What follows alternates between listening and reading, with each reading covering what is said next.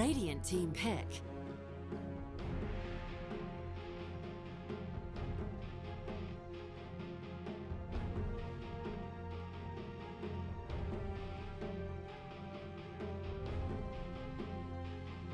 Ten seconds remaining.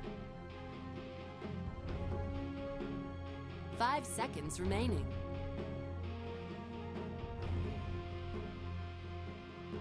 Reserve time.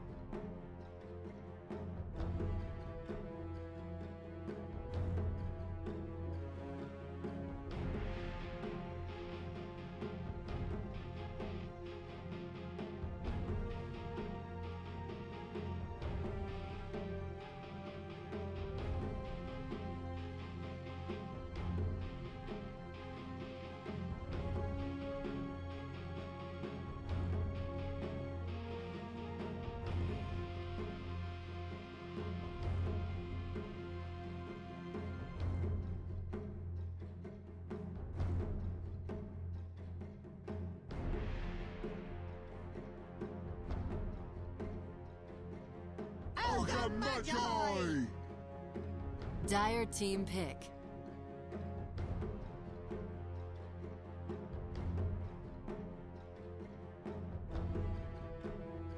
Templar Assassin. Radiant team ban.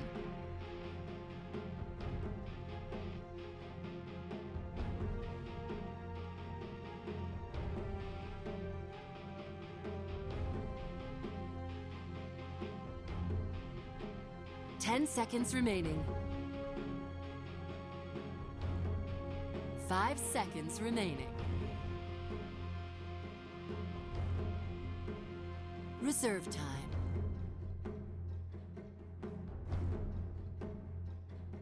No. Dire team ban.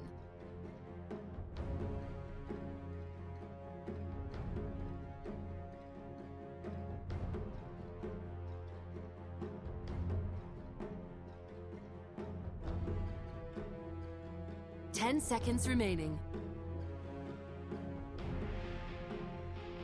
5 seconds remaining.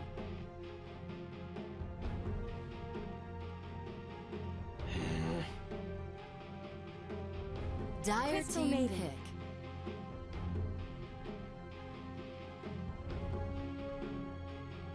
Radiant team pick.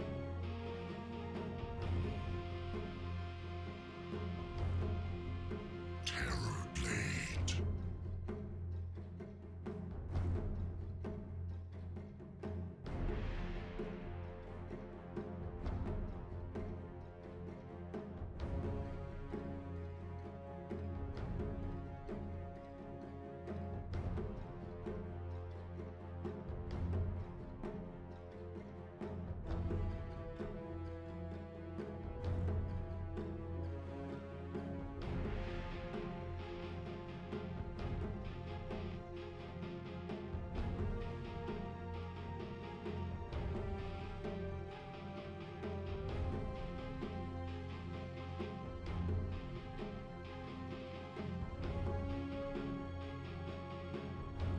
Ten seconds remaining. 5 seconds remaining.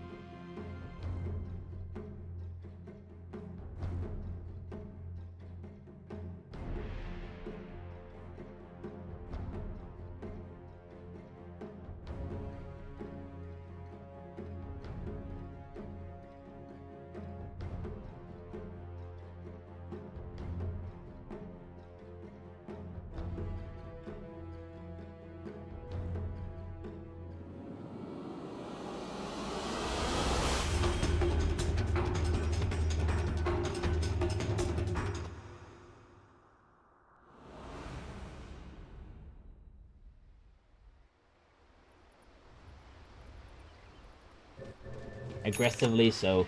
you kind of match up to that Templar Assassin in the regards of pushing buildings. When he has that Desolator, you can just pop your Metamorphosis and push just as fast, maybe even faster, so we'll see.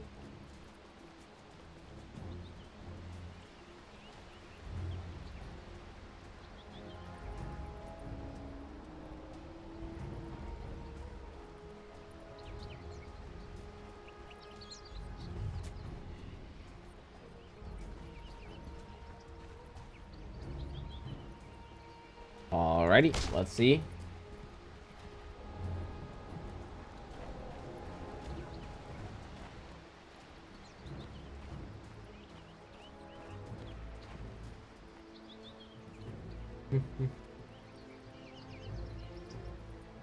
Thirty seconds to battle. Alright, so let's see what's happening. Top lane, just a little observer being put on the high ground, and actually the Magnus going for very defensive. What guess he's going for the Iron Talon again. Yeah, looks like that's going to be the case. This ward is super defensive, doesn't give you too much intel, but it's pretty much him saying, well, I don't want to be dewarded, so he doesn't want to go all the way over there, put down a ward, and then just watch it be dewarded, because that's usually what happens if you don't TP in to place it. And he wants to make sure he has vision when the Rubik tries to go in and annoy him in the jungle, so it's not a super bad idea. It's like a half ward. It doesn't give you that much intel. It gives you a super limited amount, but you know, it gives him the intel that he wants. He just wants to know whenever someone is trying to leech his experience or try to kill him in the jungle. We'll find out what's happening. Mid lane we have Ben versus Rams, and we have the Okamata moving in, trying to give Ben a little bit of a helping hand to begin with. Focus on Rams, shut him out, shut him away, and that is going to be useful. To begin with, bottom lane, Jules will pop his Metamorphosis instantly, just make sure that he has that laning power. The Weaver sitting around here in the area as well, trying to be as annoying as possible, using his Zakuchi for a little bit of chip damage here and there. Villa is trying his very best to get some creeps. Sam pulling it like a crazy person. He did this in the last game as well, just pulling it as furiously and as much as he possibly can. And he does get a little bit of experience because of that, so it's not necessarily a bad idea. Jules' Metamorphosis will run out very soon, and once the Metamorphosis is over, that Centaur is going to be able to have a pretty easy lane for himself. The Weaver helping him out, and Terrorblade plus Rubik without Metamorphosis, they don't do a lot of damage. I feel like he can just run them down, hit them if he wants to, take all of the last hits, and it looks like that is indeed going to be what he does. In the meantime, in the jungle, the CM also trying to get some last hits for himself, just whatever, couple of creeps he can, and it makes sense. They picked up Ursa's safe lane, so they know that the Magnus is probably not going to be in the lane, at least not that often, and even if he is in the lane, the Ursa should have that start that he needs to be able to just say, you know, I don't care about the Magnus being here, I can sort him out on my own, and they are getting a lot on the map in the meantime. The CM is jungling nicely, he's using those clarities, trying to go back to and forth in the jungle. Bottom lane, they're pressuring the Terrorblade heavily as well, so it feels like Happy Feet, they're not really having a good time because of this Magnus jungling. He will go back into the lane now, but I kind of feel like starting in the jungle was maybe a mistake. In this position, I would say, I don't know, like, it feels like maybe going for, like, boots first on Magnus and then just run around the offlane, try to be as annoying as possible. Keep the supports up there would be more useful, but this way he gets a couple of lasts, but it just doesn't feel like the trade-off is worth it. Like, he has 10 lasts right now, the Centaur has the same, the CM has a couple of levels from the jungle stacking up here and there, and the Terrorblade is kind of suffering right now. Like, look at Jules, he's sitting on 6 lasts, he already used his Metamorphosis one time without really getting that much out of it, and not going to get any easier. Avil is getting decent levels. He will have his Tranquil Boots up at a good timing. They can use the Shrine in a second just to get full HP, and looks like that is what they will do. Get as many lasts as they can, get the levels up and running. The Weaver will get level 3 at a decent time. The Centaur is not maybe getting the fastest levels in the world because the Weaver's leeching, but it's good enough. It's good enough.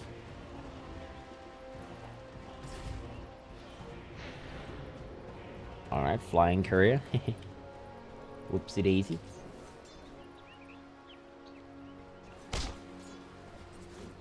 And the CM, okay, that is a scary looking.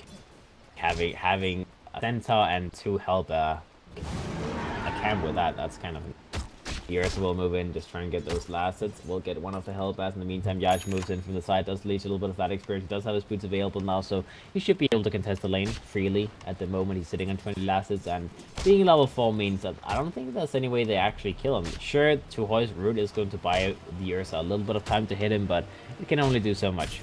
Bottom lane, Terrorblade still just feeling the wrath of these two heroes. He is level 4 right now. He went for the second skill point in Reflection as well. Like, more focus on the lane. Maxing up your Conjure Image is obviously if you have a free lane and you just want to go into the jungle as soon as possible and amplify your farm. But Reflection is more of a, I want to be able to zone away the enemy kind of tool.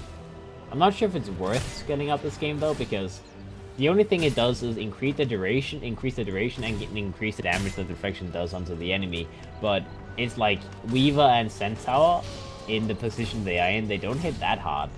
So it doesn't really feel that much worth it. I don't know. The second point is okay, I suppose, because what would Conjure Image do early game anyways? They get killed instantly by the Centaur, but at least if he maxes it, it will be weird. But 2 points is okay. Points is okay. I can get around that. Does also reduce the cooldown, of course, which is maybe not that bad. Let's see, Yaj just back into jungle mode. Level 4 at the moment. The Templar Assassin is also jungling a little bit. He is sitting on 14 last hits, so actually having half the last hits of the OD. The OD having a very good time in the mid lane. The Ogre Magi, of course, did help him out quite a lot in the mid lane. Just make sure that the TA felt the wrath, felt the pain of being in this lane. And the CM will just move into the mid lane, leech a little bit of experience in the absence of the Templar Assassin. The Templar Assassin being 2 levels behind of Ben right now, so that is a very, very slight start for the Templar Assassin. And that's the one thing that EVOS is lacking right now. Like, everything is going well for them. They're pressuring the Terrorblade. They're keeping him less farm than the Ursa on half last hits at the moment. But the Templar Assassin, he's not having fun. He needs to get his items. This guy is just as important as the Ursa. He needs to get a lot. Like, the OD being slightly behind is like, you know, who cares? Whatever. The OD can always come back. He can get some good kills. He can get a good ultimate off. He can go for the Midas. But the Templar Assassin, he relies heavily on getting those early last hits, getting that early farm. And the Ogre Magi, he's making sure that he knows exactly where that guy is, and he will be able to stop him wherever he goes. The CM is low 4 right now, went for the second point in his root, so just a little bit more root power. Bottom lane, the Metamorphosis gets popped the second time. It's on half duration right now, so Terrorblade is only going to be able to do so much damage to the tower. Trying to chip away at it a little bit, but it looks like these two heroes are keeping the control of the lane. The Weaver is now level 4. I'm not sure if it's a good idea to leech this much from the Centaur, because it feels like the Centaur should have his Stampede up as soon as possible. But if they can keep pressuring the Terrorblade, I guess it's okay. Magnus is level 5 right now. Same amount of lasses as the Centaur, so that's kind of even. Well, slow start. Farming start. People are farming everywhere.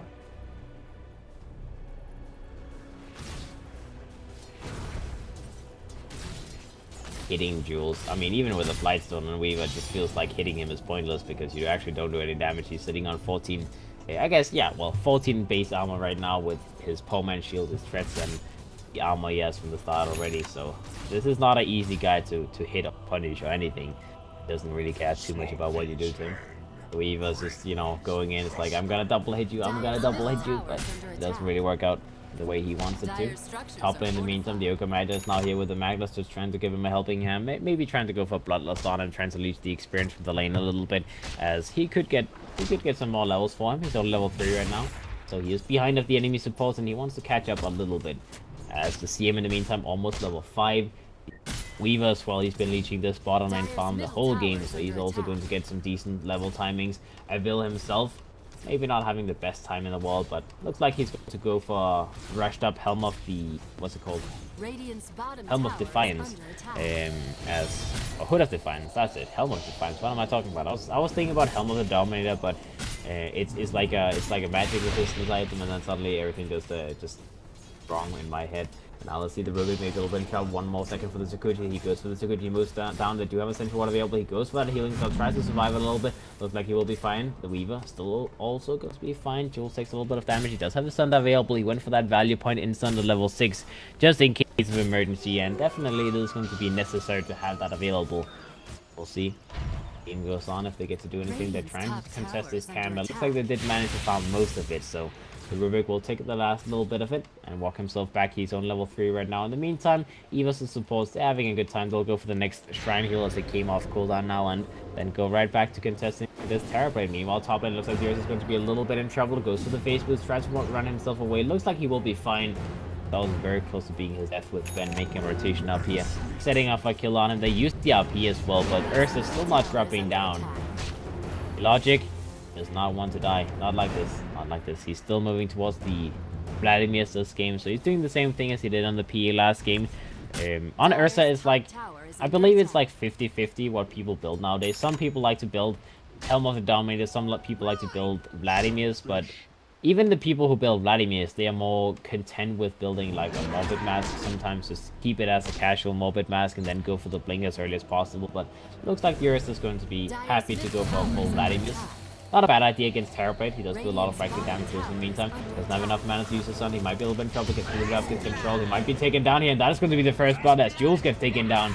Very nice kill for the side of EVOS as the chase was a little bit too real for the side of Happy Feet. They tried to get a kill on the CM, but in the end, they're going to be the ones losing the safe lane carry. That was, again, you know, Metamorphosis used a little bit earlier, and this is not good. I mean, losing the Terrorblade to a Weaver CM, just harassing you, doing magical damage, that's the one thing you cannot really allow yourself to see happen. Plus, the Terrorblade had its sun available, just not enough in the mana to use it, and that seemed a little clowny. That seemed clowny.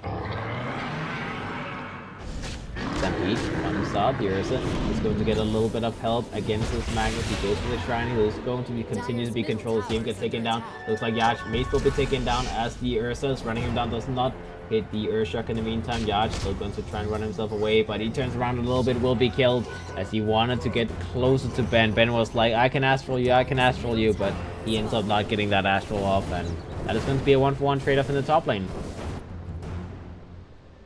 Not sure if it's like a super worthy trade-off, but it felt a little bit meh that the CM went up and died, but I think he had to do that to secure the Magnus kill, so I can understand it. I can understand it. They did also bait out a Shrine kill, so it's like a small win to make the enemy use the Shrine and then still get the kill on the Magnus in the end. Morbid Mask will be put down now. The Astral comes out from Ben, trying to go onto that Magnus. He's taking a lot of damage. The RP is available. Yacht goes in and Rage comes out. He's going to be alive for now, but he might be taken down afterwards. He tries to run himself away. Does have the face boots available in 3 seconds. Another Astral is going to come out soon enough. Oh, he goes for the ultimate. The Sandy's Eclipse not doing enough. The Shockwave also barely not enough as the Ursa survives through both of those spells. And now Ben has to get himself out of here. This Swarm came out from the Weaver, just trying to get them the hell out of there. The Stampede is available in 12 seconds again, and that is going to be the end of that attempt. Dire's bottom tower is under attack.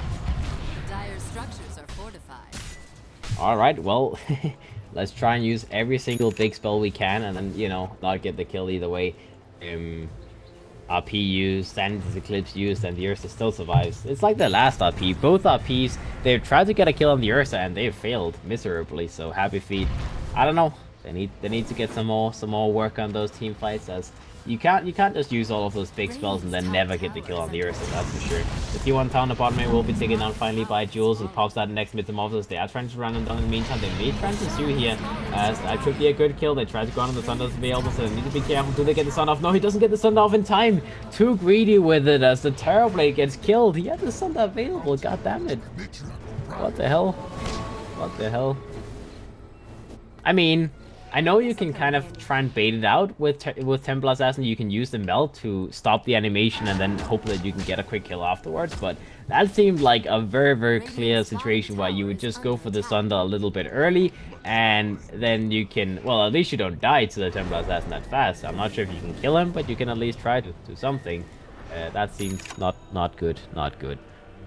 EVOS, in the meantime, the Aegis got picked up by the Ursa. Using that time, I mean, they used all of the big spells in the top lane. The Terrorblade was pushing the bottom lane, so he just went in, took his time to go for that Roshan attempt, and now you'll go into the top lane, defend this tower from being pushed by Jules on that Terrorblade. And you can see the levels Big difference on the two safe lane carries. Illogic had a free lane for himself the whole game, and Jules is sitting on level 7 right now, not having the same kind of thought. He's going to be jumped on now, though. He does have his enrage available in case of emergency. There's a lot of heroes here on the enemy team. Happy Feet, go in, enrage is available. He pops his enrage. He will be Astral up for the moment. Looks like he might be killed to that, and indeed he will be. That's going to be the Aegis dropping down.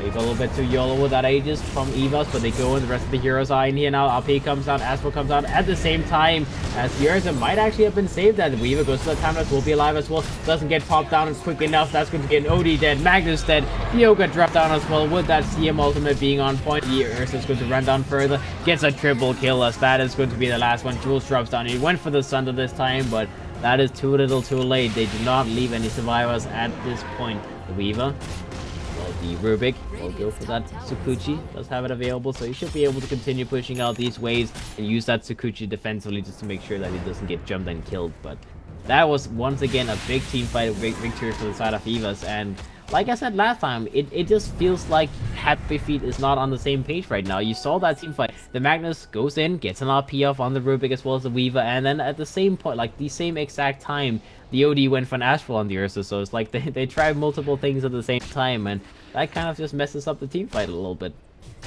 The Weaver not dying, also unfortunate, like a Weaver support getting hit like 3-4 times with the OD. He got RP'd, but he still got his time-lapse off in time, still survived because of that.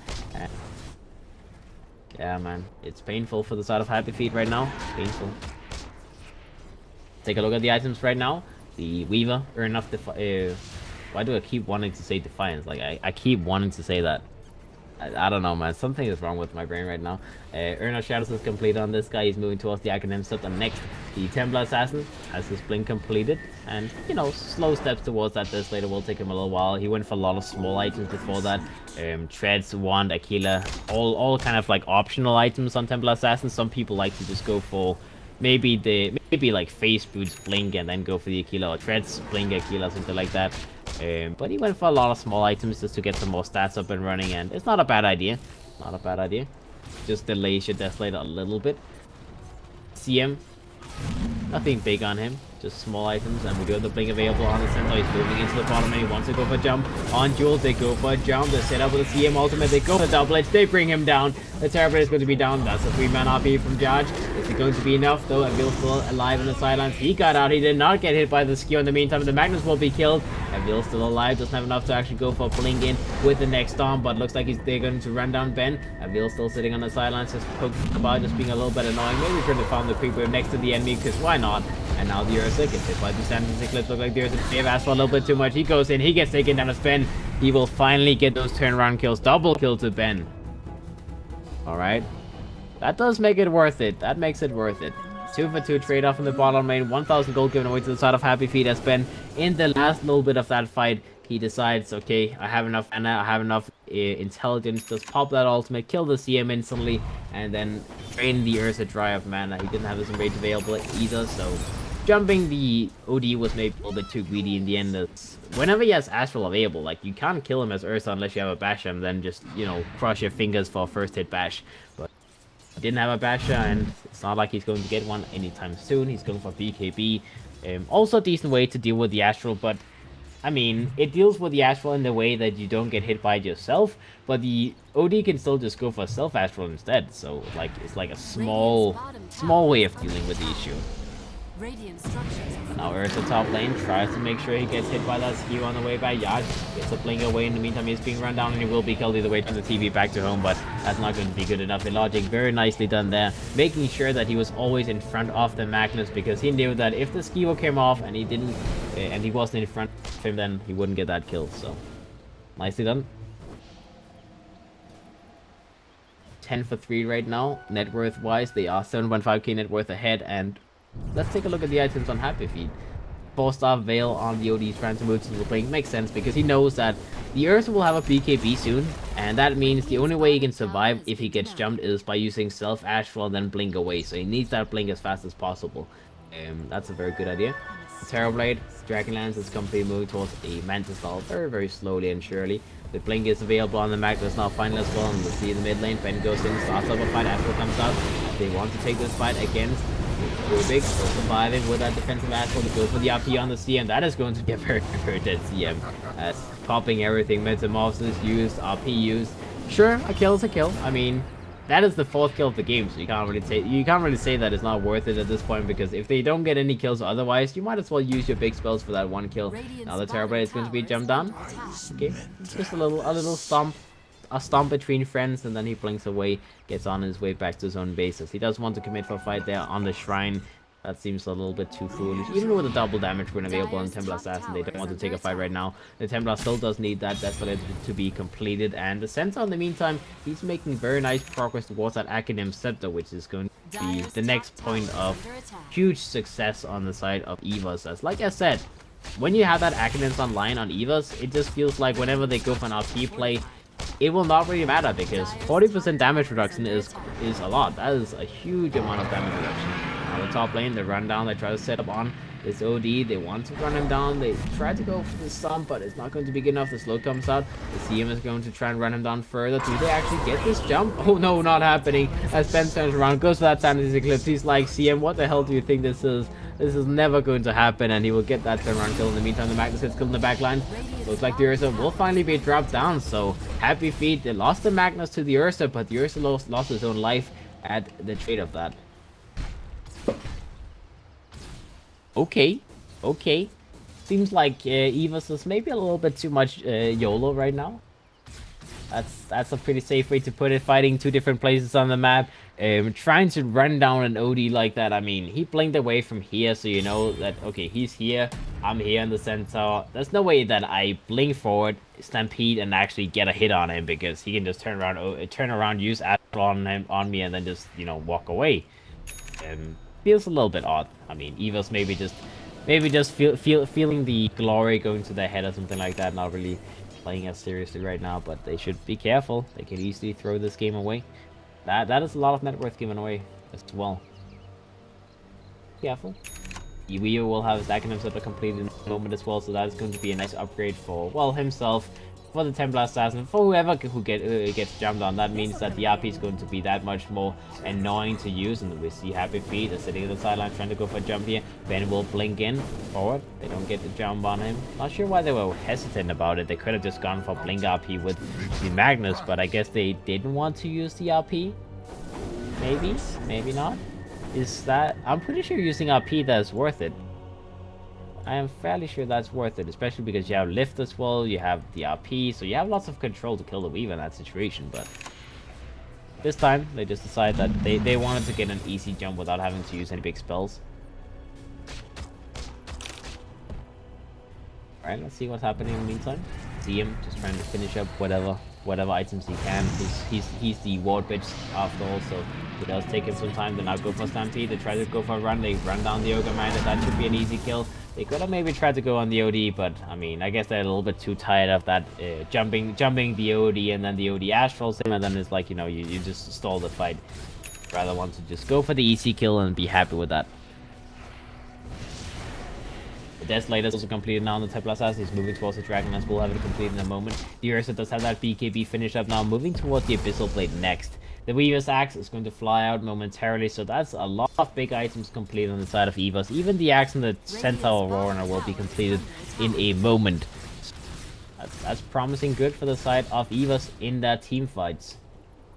Happy Feet in the meantime. Magnus moving towards that Shadow Blade again, halfway towards it. The Terrorblade does have the Yasha completed, moving for that Mantis style. Adil will blink himself a little bit further into the trees, will be scouted out though, tries to go for blink away. They will skew him down, they will try and initiate on him. He will survive for the moment, goes for a stop, tries to get himself away. Will he succeed doing so? He needs to get a lot of juking down. They go for the RP, making sure that he does not escape. The Centaur will finally drop. They got a tower, they got the kill on the Centaur, but so many spells was used. In the meantime, bottom lane, then Ursa tries to go high ground, tries to force him back. He does have his BKB available. Will pop his BKB, will go for TP back home. Didn't get to use this in range, but no. Still going to be fine. Still fine. Wait, where did he blink? Oh, he blinked. He TP to the shrine. And he wants to go for Roshan in the meantime. That's not a bad idea. So they forced him back in the bottom lane. They forced him to take a fight.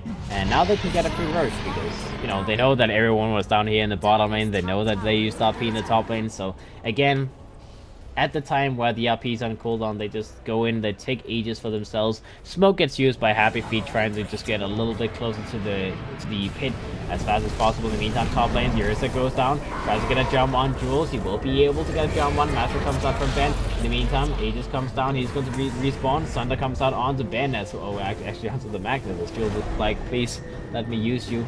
He abused you a little bit, and Rage is available on the Ursa. You might have to use it here. It's going to be controlled. Nice time out from the Ursa. Yoga Magic gets control, and Rage is going to be available. The Ursa looks to get a jump back in, but the Urn of Shadows is going to keep him in control. EVOS, they have to get themselves out of here. They already lost the Aegis, and now another jump onto the Ursa. Ben is keeping him in control. It will go to a jump on him. In the meantime, he tries to take him down. Looks like Ben is going to be in trouble. He will be taken down by Evil, as that is nice. Pick off Ben, finally dropping down. That was an unstoppable streak ending. Evil goes for TV back home, and he will be fine. He beats in mid lane. Like the Weaver's trying to be a little bit annoying. Will go in for jump as well. Does have the time available. Very big. Gets run down repeatedly. Does have 3 more seconds before he can go for the next spell cast. And so close to dropping him down, but that's not going to be good enough in the meantime. That is going to be the Terrorblade being done. No Sunder's available. Terrorblade gets taken down as well. Happy Feet, they end up losing all 5 heroes in that team fight. So, despite EVOS' initial fight not being that good, they ended up securing it. They took multiple fights. It took a long time, but the end result is going to be that the Ursa and the Templar Assassin died, and they got everyone killed on the side of Happy Feet. Of course, the Centaur died in the top lane as well, but that is the end result. I'm not sure if that's like the best win in the world you can look at on the side of EVOS, but it's okay. If anything, they should have probably not tried to fight instantly with the Aegis. Like, the Ursa was running down the Terrorblade with, what, 200 HP or something like that with the Aegis available. So it feels like at that situation, you just go and heal, and then, you know, you heal up, you use the Aegis fully, and you don't look to just force a fight instantly. The Templar Assassin does also need that BKB to be completed soon enough, as Rams, he's not really having that much impact this game. He's being controlled way too easily at the moment. Those Astrals from the OD is super annoying for EVOS to deal with, so they need to worry about that. The Aghanim's is completed now on the Centaur. He's moving towards the BKB as well. They all want BKBs. CM trying to get a 4-star for himself. The Ursa does have that Basher completed. The Templar Assassin's next. Yeah, well, BKB halfway there. The Weaver does have a Solar Crest in mind as the next item. Did he buy the medallion? Yeah, he has medallion completed, so a little bit more armor. The side of Happy Feet, the Oka has a 4-star completed. The OD does have his Blink Hurricane Pike build up and running. He's moving towards the Shiva's Guard next, just tanking up as much as possible. Doesn't want to go for BKB this game, as there's only a very few reasons to go for BKB. Pretty much the Centaur Stomp, they don't have that much control inside of EVOS, and even the Centaur Stomp, like, if you have quick reactions, you can use the Hurricane Pike to get some distance between you and the Centaur whenever he tries to jump you, so it should be good enough. What else? Magnus gets spotted, gets jumped. With that Sentry Ward being put in place from the side of EVOS, he tried to go for a little scouting mission with that Shadow Blade, but clearly not quite going to be the case. It doesn't work out. Busy Bash hiding in the trees. Does his spy? Did he fuck up himself into it? Oh, he went up here and then died, so that's why I didn't have vision of him. I was like, did he not see him? But there's actually no trees broken on the top side, so he's just hiding himself in the trees right now. Magnus, still kicking, still alive. I would imagine that the Ursa will fall back onto an Aghanim Scepter after that Abyssal Blade is completed, because Aghanims is amazing this game. Like, the lift, the RP, all of these things, you can just pop your axe whenever that happens and then you will survive. Sure, it's a little bit annoying because the OD still has Astral, so that's why I went for BKB. Like, the axe, usually you want to build axe if it solves all of your issues, but in this game it only solves like half of your issues. The other half you need BKB for, so it does make sense to go for both in that case though. Let's see, the Ursa tries to push the top lane, the Rubik goes in, tries to lift him up, tries to set up for something, Skill comes out, Rage, do him back to control him. If you have an RP available, the BKB is available as well. He will pop his BKB, he will try and move himself out, as they are not going to stop him from moving. Ben tries to make sure he doesn't get that blink away, but it's not going to be good enough, as the Logic will get himself out of there. Not bad though. Defending the tower, forcing out another BKB charge from the Ursa. I'm sure Happy Feet is going to be okay with that.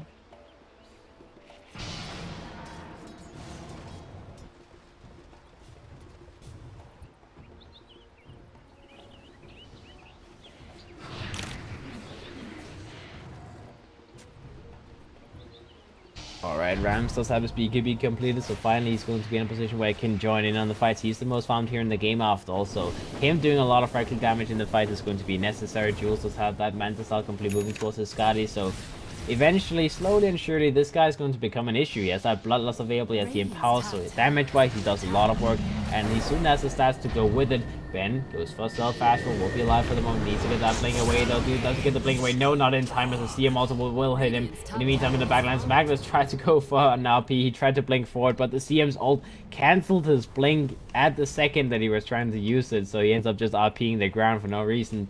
I'm not sure if they actually saw him use that, because he was on the high ground, and they were on the low ground. Oh, actually, is that wall? No, that's a defensive wall, so they might not have actually seen him use RP. But, you know, RP's on cooldown, so it's still kind of bad. EVOS now push the mid lane as Ben is dead on that OD. That's the only hero they're kind of worried about this game. He's the one hero who's annoying right now.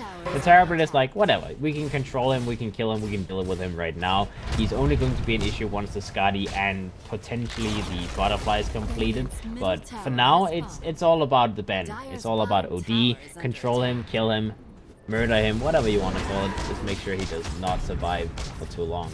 Centaur comes into the bottom lane. He does have his gem on him now as well, so just decide to go for a gem purchase. Make sure they have good vision, make sure they take away the enemy's wards, and just take control of the map in general. Just all in all, take control of everywhere. Looks like the Templar Assassin does have his Hurricane fight complete now. He's moving towards the Bloodthorn next us. That is the one item that can give them a lot of damage this game. Good against the OD. He does not have a BKB or any other way to deal with it. Also good against a Terrorblade. Sure, he has Manta style to deal with it, but whenever you try to kill him, just a second before he tries to use Thunder, you can just hut on him and then be like, what the fuck do you think you're doing, man?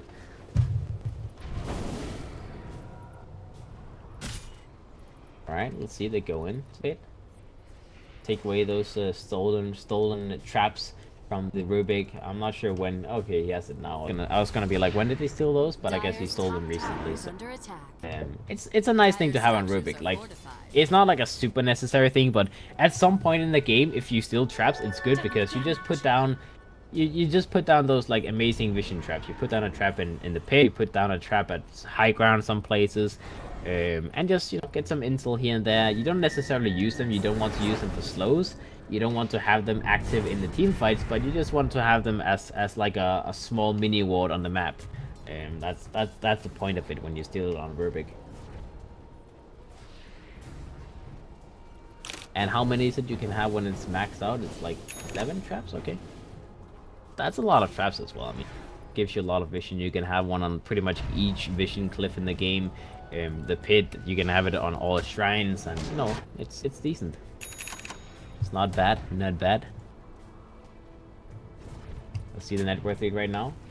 15,000 gold in favor of EVOS right now. They're farming the map pretty nicely. 25,000 experience as well as, well, despite the OD and the Terrorblade both farming okay and having a decent fight impact, the rest of the team is not really having too much fun. The Rubik is falling behind, only has his Blink available. The Ogre Magi sitting on that 4-star only. The Magnus as well, Blink, Shadowblade, and a what's it called, a Ghost Scepter. That's not a lot. Levels, he's far behind as well. The refresh job is going to take him ages to finish, and in the meantime, EVOS, they're just controlling the map. They're farming the whole map. The Weaver has that Solar Crest and is moving towards a Lincoln Sphere next, so he can make sure that no one gets hit by that Astral in team fights. The Ursa does have that Abyssal Blade completed, so that's going to be a nice upgrade for him. He's moving towards the Future Blade next. Just cheap, logical, and very nice damage item. I'm not sure if you would rather go for Bloodthorn, though. That seems better, but let's see. The Fusion Blade is not bad. Slowing the enemy is never a bad thing. There's a Ghost Up on the Magnus, of course, so it might be just to respond to that, just to make sure that Ghost Up is not going to be useful. But Bloodthorn also seems pretty good. Now bottom lane, Ursa TPs in, jumps in, make sure that he can kill those illusions, but you can see the illusions is beginning to be a little bit of an issue. The Earthshock can only do so much damage. Takes like 3 Earthshocks to kill the illusions right now from Jules, so they are getting tanky. He does have that Scotty completed as well. It's becoming more and more troublesome. The Aegis got taken up by the Ursa, and the Cheese is up as well on someone. Was that not the third one? Yeah, it was. The Weaver's the one with the Cheese. I'm not sure if the Weaver should have the Cheese. I mean, isn't it better to give it to the Centaur or the Templar Assassin? I don't know. I guess it's not a bad idea because the Weaver, as long as the Weaver's alive, he can save someone else because of the time lapse. So, in the case that he were to be close to death, instead of using time lapse on himself, he can eat the cheese and then still use time lapse on someone else. So I guess that's like the idea behind it. Centaur does have his BKB completed now as well. The Earth in the bottom lane, trying to move up to high ground, trying to do a little bit of damage. And in the meantime, the Templar Assassin in mid lane gets control, gets pushed back. He goes to the blink away, will be alive for the moment. Does have to force stuff himself away. Stampede comes out from the Centaur, keeping him alive as they make sure that the TA does not die there. Nice attempt from Happy Feet, though, realizing that the Templar Assassin was kinda isolated from the Ursa in the mid lane as they were trying to push both lanes. They went for the Templar Assassin. They knew that if they could get a kill on him, they could, well, potentially just stop the push altogether right there, as killing the Templar Assassin would be nice. You know, no ages on him, so there's no way that him dying would be good. The Weaver was also not in position, but they didn't get the RP off. They went for the Skewer, and the Skewer was nice, you know. It was not a bad idea, but he was a little bit hesitant because he knew that if he just skews him back, he will blink out, because as long as the refraction is up, you don't take any damage, so you will be able to blink away. But at that point, he should have probably just went for the blink RP and then skew him back.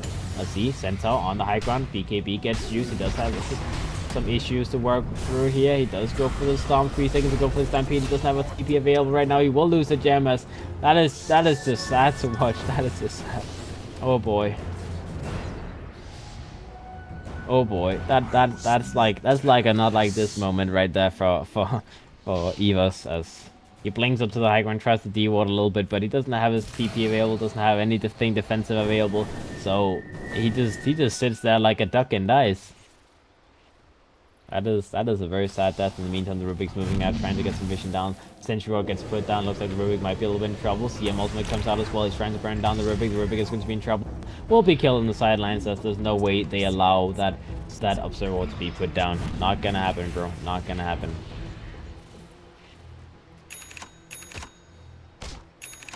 Alright, so maybe the Clown Fiesta will end soon. They still have the Aegis available on EVA, so they probably should look to use it for something. They have about 2.5 minutes left with it, so once the Centaur's back up, they should be back to that pushing train. No gem is available this time around, though, which is going to be a little bit annoying. The gem is on the Yoga match at the moment, but it's not like a huge issue. It's an issue to take away the Observer from the enemy team, but when it comes to pushing high ground and whatnot, it doesn't really matter that much. Logic went for the blink onto the high ground as well, just to get some vision. Maybe he hoped that someone was going to come into the camp and farm it and get a quick pick off, but not the case, clearly. See, to look for a jump. The Ursa is hiding himself. He's solo crested up. He's ready to go for a jump on someone. Ben, it's going to be the Ares. Skewer comes back. The Ursa will be controlled. BKB gets popped. Timelapse comes up from the Weavers. Maybe a little bit of a waste of spells using both the BKB as well as the timelapse. They could have used one or the other, but it's one of those things. You never really play that much Weaver with Axe. It's so unusual to have a Weaver on support, and it's also fairly unusual that the Weaver ever gets to the point where he has an Axe when he's playing support. So you can't really blame teams for not being fully equipped to actually play around that. It's like, okay, I'll time lapse you. It's like, you know, he doesn't need to make sure you survive, and sometimes you use a couple too many spells. But, oh well. Bounty, which might make you have the prize. Alright, EVOS, 20,000 net worth right now. Still waiting. BKB needs to be off cooldown. They're still trying to push down Happy Feet, but they are giving them a lot of time to farm, and this is going to be troublesome. Aegis will now expire, so that means it's very likely that EVOS will just look to wait for the next Aegis. Potentially, if they cannot get a quick kill, they're now smoking themselves up with that 3-man smoke. The CM, the Weave, as well as the Earth. They need to get a pick off, as they know that if they can't push high ground, just, you know, 5 versus 5, then they need to try and find a pick off and get a pick off like that. And they're moving up towards the top area. The Earth is moving himself around, trying to see if there's anyone farming the camps in the neighborhood. There's a scan coming out from the Radiant side. They know that someone is moving in here from that side, so they will have to back themselves up, and very, very quickly they will back up. In the meantime, the Okamata gets spotted out. He gets killed in the top area, as that is going to be one dead person.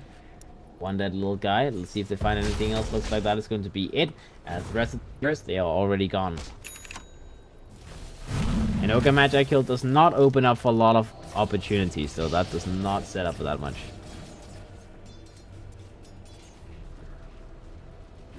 Let's see the Centaur. Just have the cheese on him now in his stash available to go. The butterfly's completed on the Terrorblade, so that's going to be a little bit annoying to deal with. The Magnus did pick up a 4-star in the end, so he's just going to delay that refresh up a little bit. I mean, it's not like he's going to get it up anytime soon anyway, so it's going to be a big problem.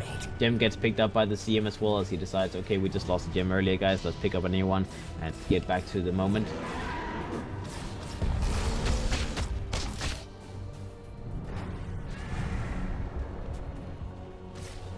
Alright, Ben does have his Hex completed now as well. Decided to not finish the Shiva's Guard first, but go for the Hex instead. Butterfly on that Terrorblade is going to be a nice upgrade as well. They are maybe going to be in a position to try to take a fight on the side of Happy Feet. The Rubik is halfway towards his Acronym Scepter as well, as that would be a nice upgrade just to shoot out spells like a crazy person in this game. There's not like a huge amount of spells to steal, but mainly if you ever get to steal the time lapse, that would be amazing. And of course you can like steal Stampede, have that Acronym Stampede available would also be great.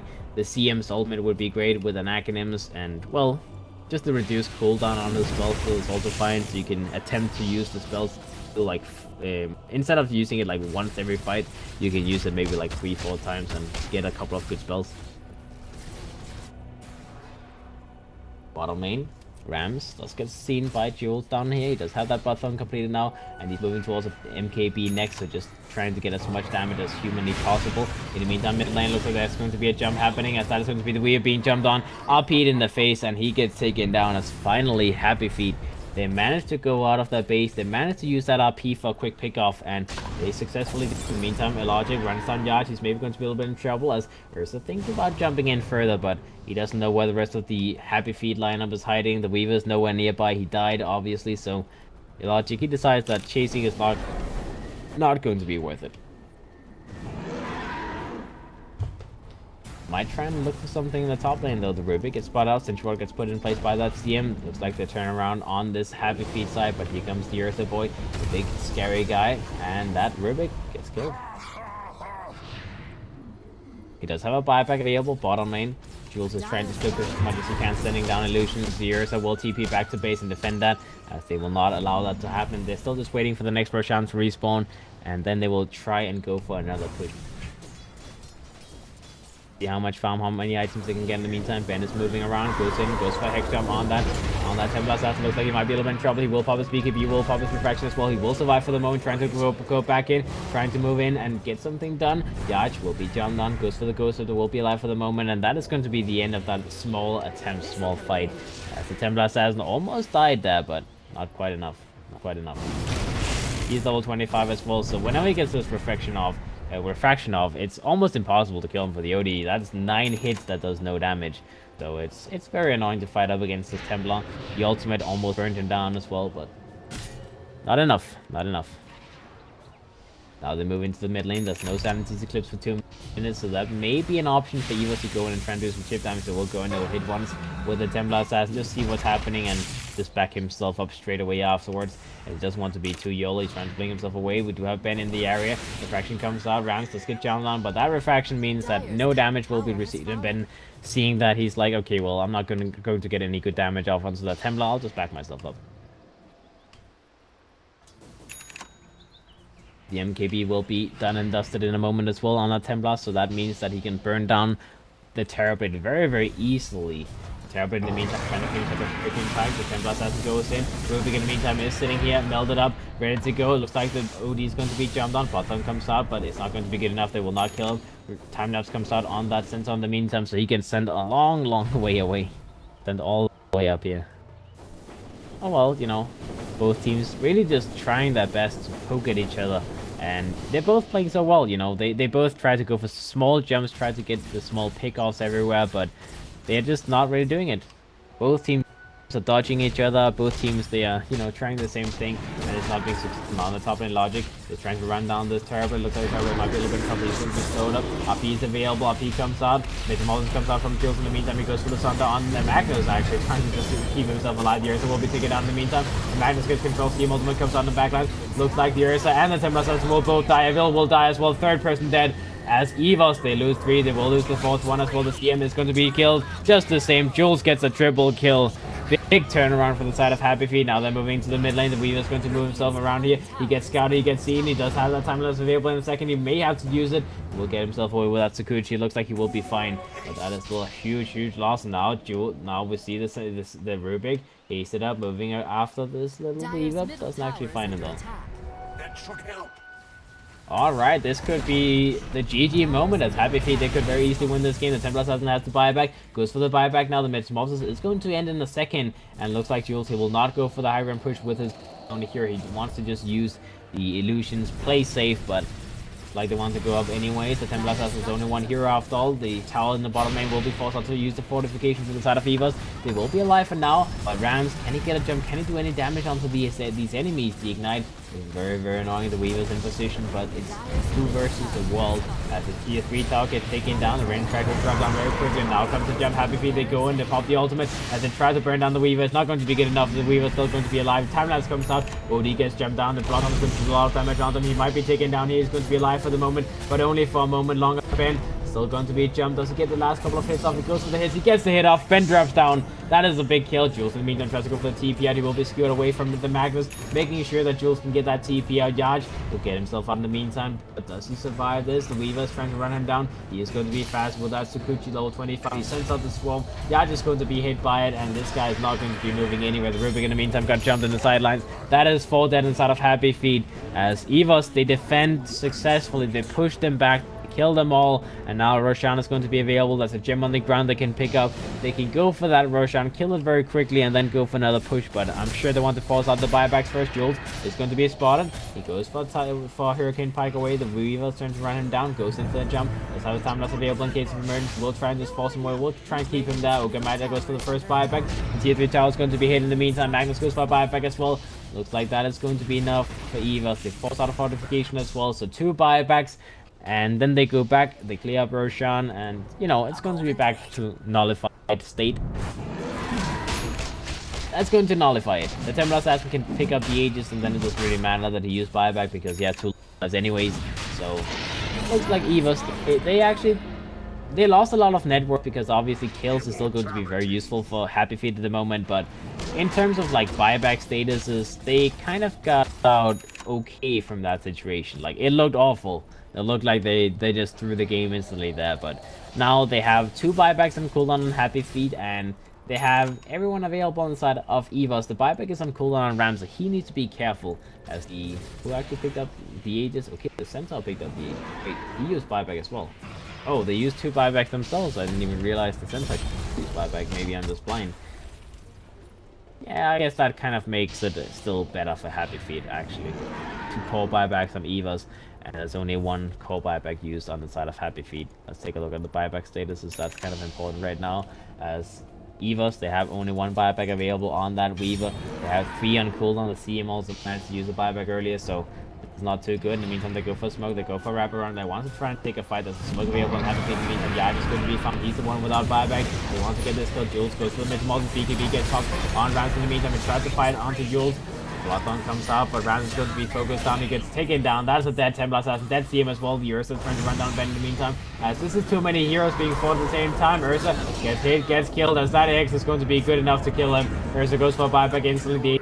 Gets popped by that Centaur. He has to get himself away. He does survive for now, but he's going to be run down. They're playing it forward. They lift up. They control him. They can seal that. Double edge as well. Evil Emil will be killed a second time, and that is no buyback on the Centaur. 3 people down the side of EVOS, as this is definitely the moment where they have thrown the game. Jules goes in. Scotty gets used on that Ursa. He gets hexed up. The time lapse will keep him alive for a moment longer, but that Scotty slow will keep him in control. There's nothing he can do about that. He doesn't have another enrage available. Will pop the enrage, but that's only going to give him a couple of seconds to work with us. He will die nonetheless. Dire's top tower is under attack. Alright, 2 minutes on the sidelines. GG gets called as that is going to be game 2. Goes to the side of Happy Feet. 1-1 so far, guys. We will have a 3rd game between these 2 teams as EVOS. The early game looked amazing, but Happy Feet, they fought their way back. They fought their way back.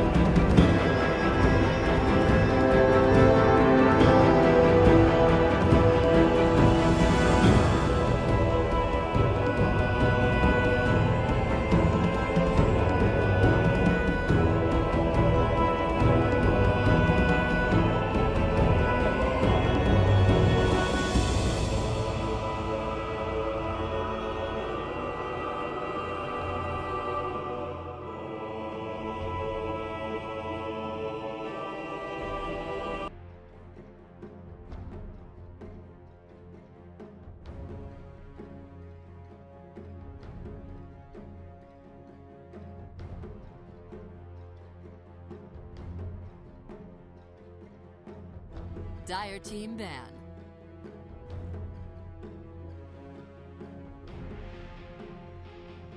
Radiant team ban.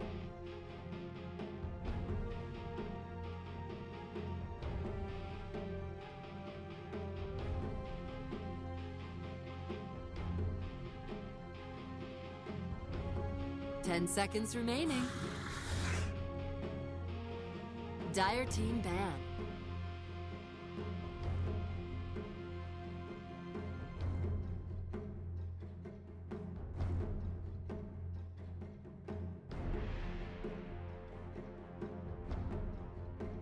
Ten seconds remaining. 5 seconds remaining. Reserve time.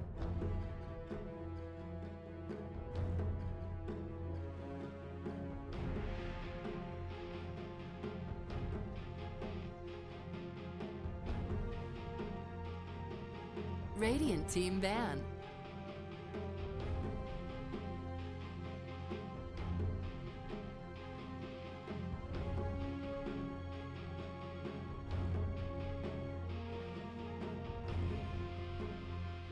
Ten seconds remaining. 5 seconds remaining. Reserve time.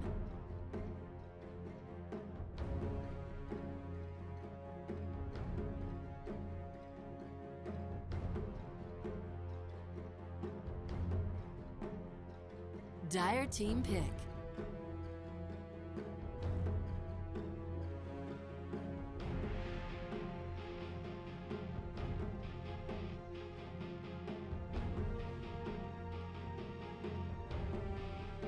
Ten seconds remaining. 5 seconds remaining. Reserve time.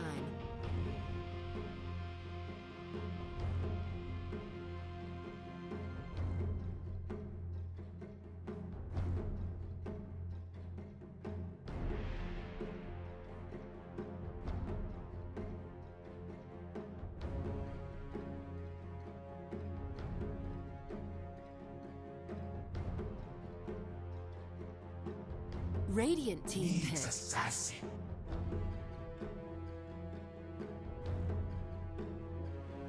Dire team pick.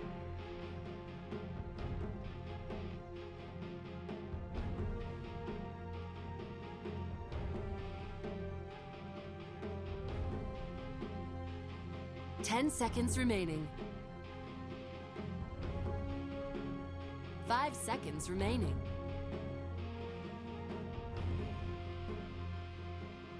Reserve time.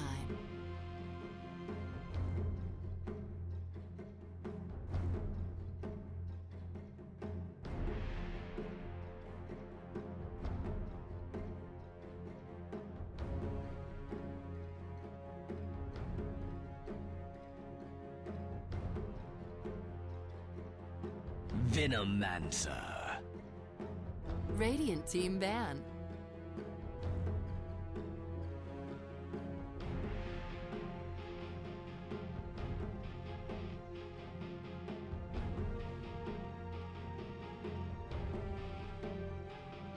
Ten seconds remaining. 5 seconds remaining. Reserve time.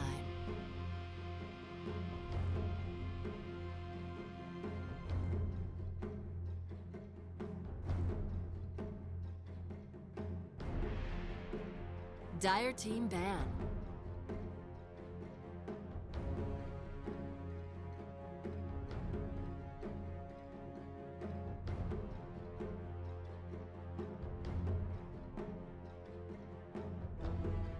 Ten seconds remaining. 5 seconds remaining. Radiant team ban.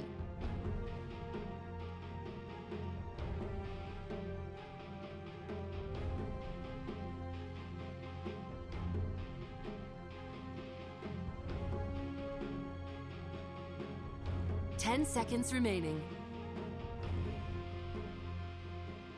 5 seconds remaining. Reserve time.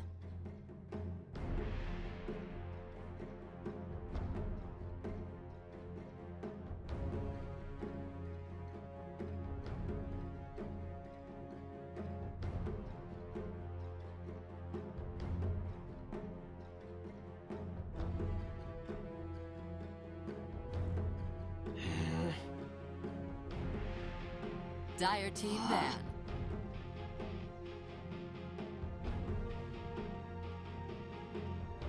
Radiant team pick.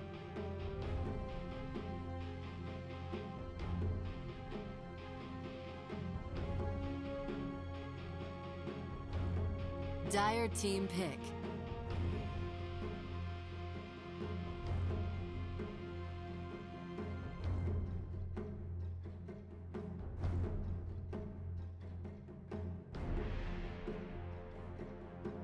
Ten seconds remaining.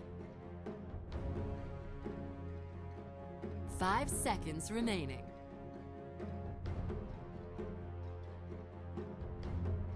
Reserve time.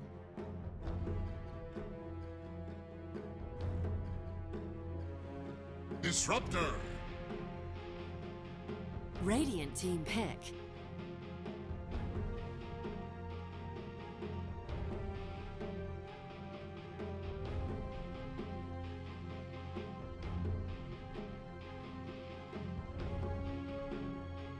Ten seconds remaining. 5 seconds remaining. Reserve time.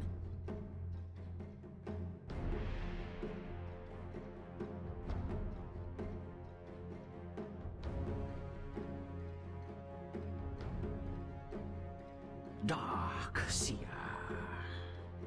Dire team pick.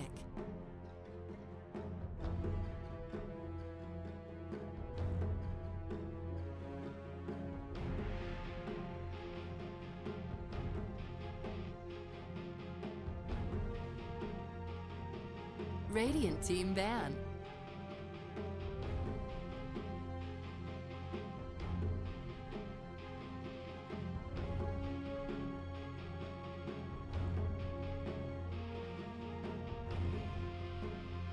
Ten seconds remaining. 5 seconds remaining. Reserve time.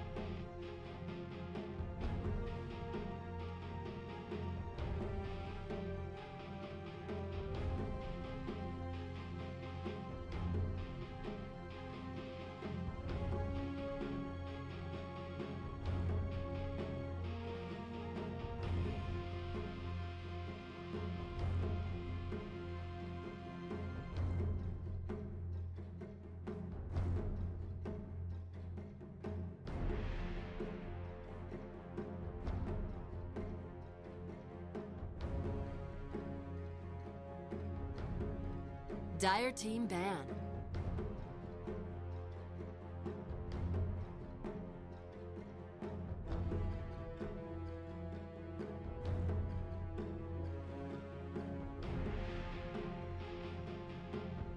Ten seconds remaining. 5 seconds remaining.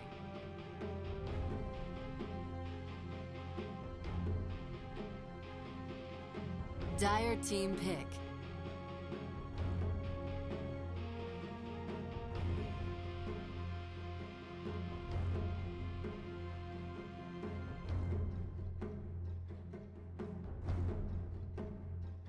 Ten seconds remaining. 5 seconds remaining.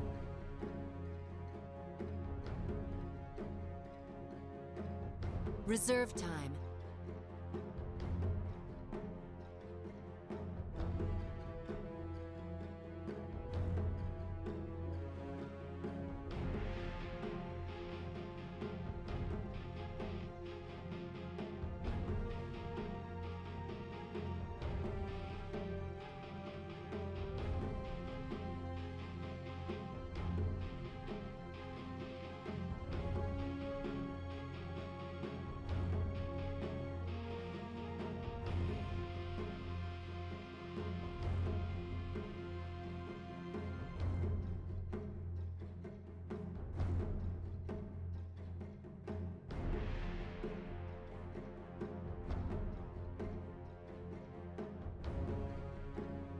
Wind Ranger at your service.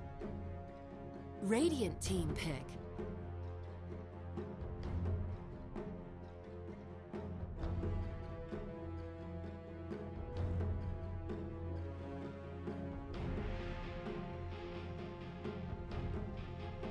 Ten seconds remaining. Alchemist.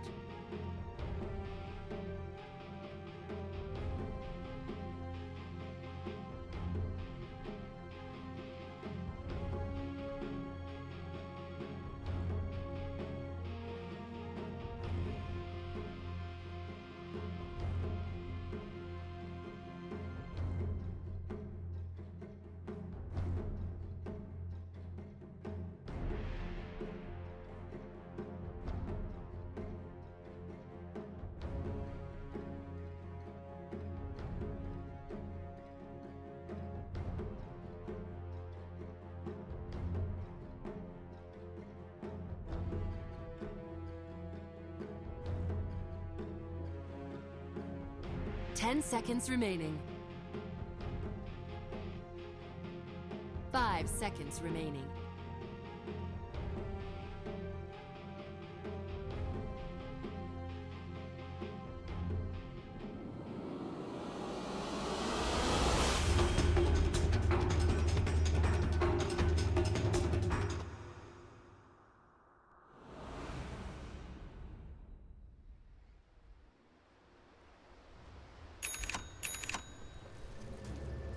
Alright, we'll see what happens, guys.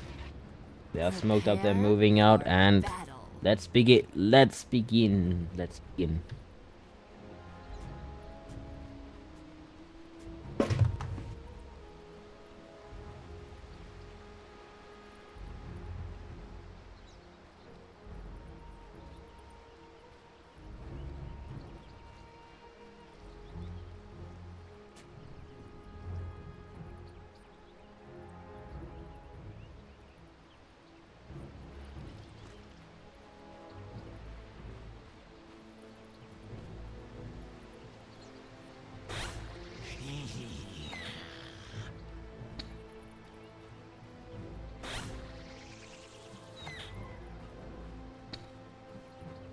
"30 seconds to battle."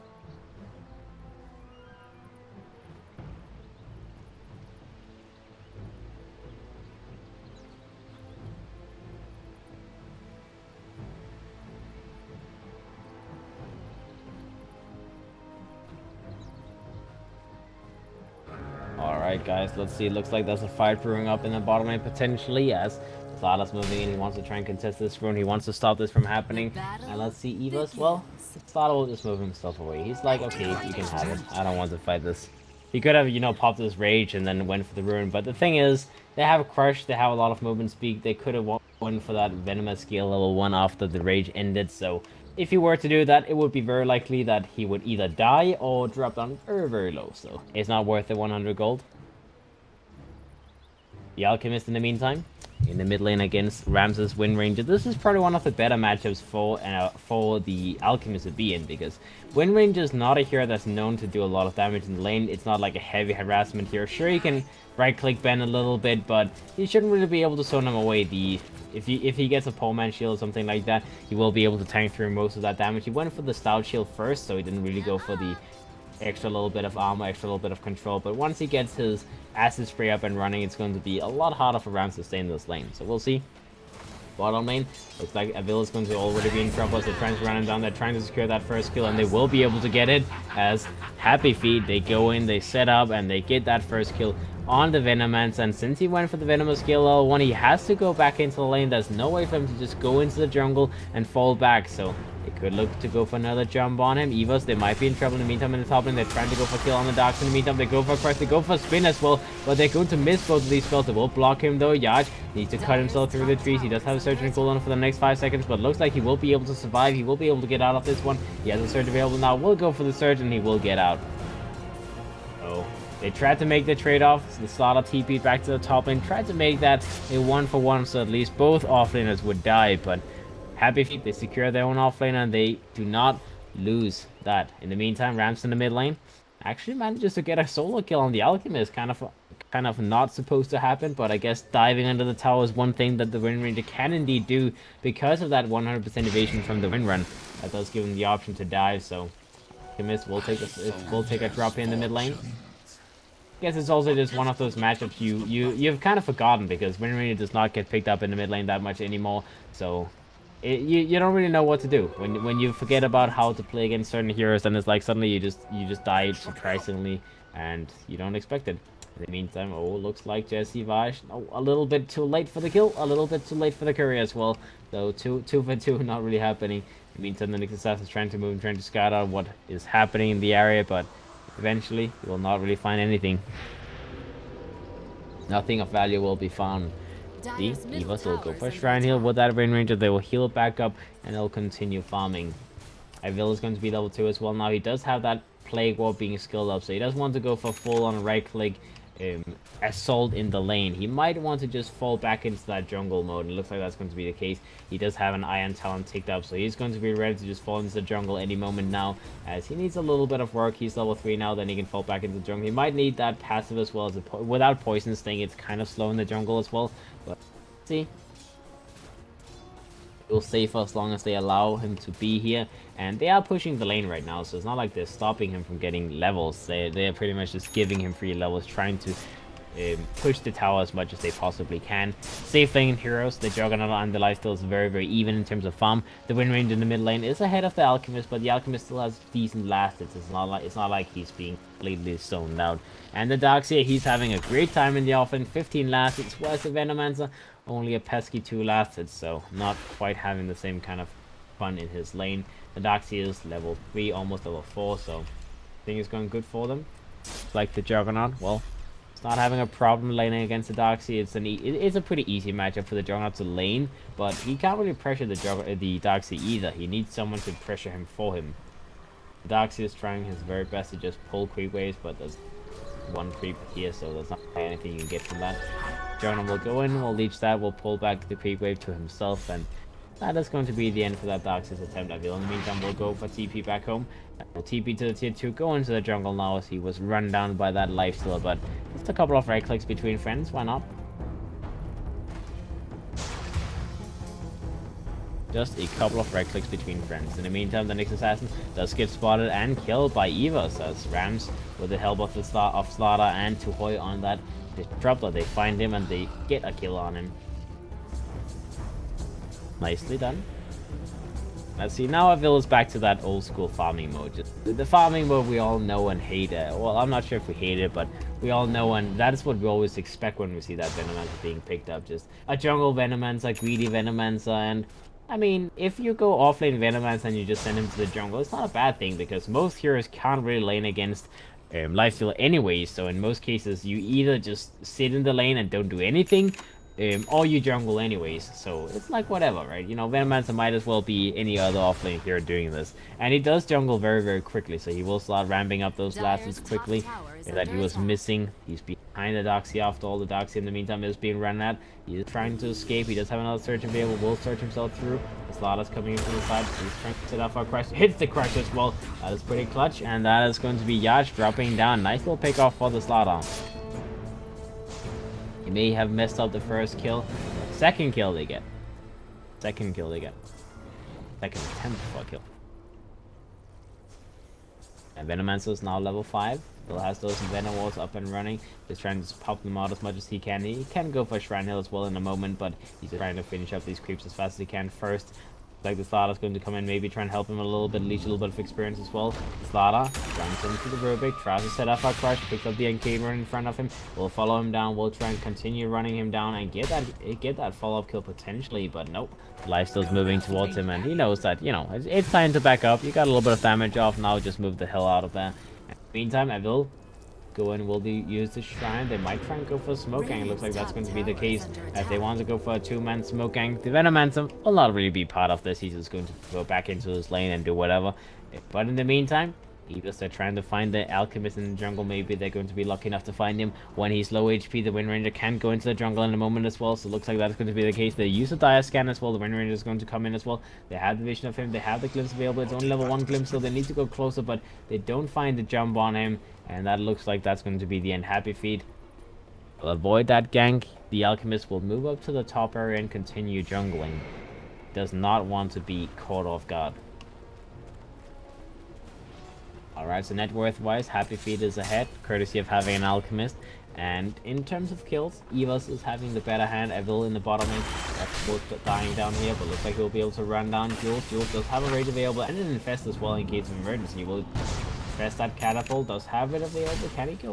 Well, he's not going out anytime soon, but he'll go out now. Sadly, infesting friendly creeps means that he doesn't get that heal from it, so he's still going to be very, very low HP. We'll have to use his healing style in a moment. And Devil, he's just spamming out those walls everywhere, just making sure that he can push the lane, get a little bit of farm for himself as well, and have fun. Slaughter will pick up his level 4 in the meantime. Jules pops his rage, thinking that he was going to be gone on instantly, and Devil will TP back to the base. Either way, look at the last hits now. I mean, considering Avil having an awful time in the beginning, just a couple of minutes of farming in the jungle, and he's already sitting on the same amount of last as the Darkseer. And this is a hero that's supposed to farm pretty quickly in the jungle, but Venomancer, he's the lord over them all. He's level 6 now as well, so he's not really feeling the pain of having a tough start. Let's take a look at the overall net worth. You can see the Alchemist is 1,000 gold ahead of the Wind Ranger, but not quite so far anymore, as the Rubik takes a little power shot to the face, and the most bursty spell in the world, 420 damage at level 7. That's a lot of nukes, so painful spell. Nick Assassin, spin in the face, Jesse Vice maybe drop down here. He does have a spike carapace, he does use it, but nope, not really going to be good enough.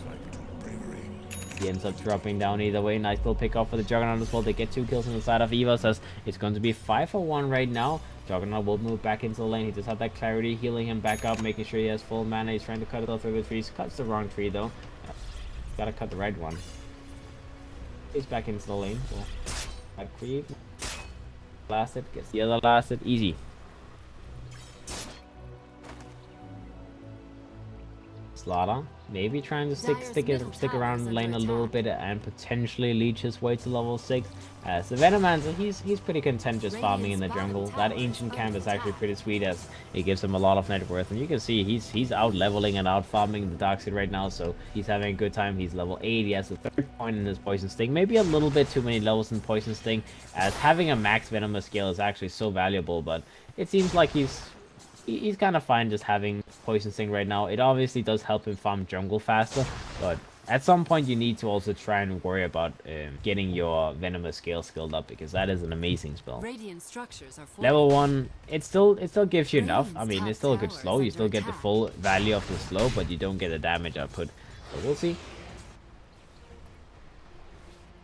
Radiant's middle tower is under attack. Also, he's rushing towards an Academ Scepter, kind of a curious item purchase. Usually we see like a Midas being picked up or a Veil mechanism, something like that, but Veil, he's just all about that Academ Scepter. He wants that ultimate to be as painful as humanly possible.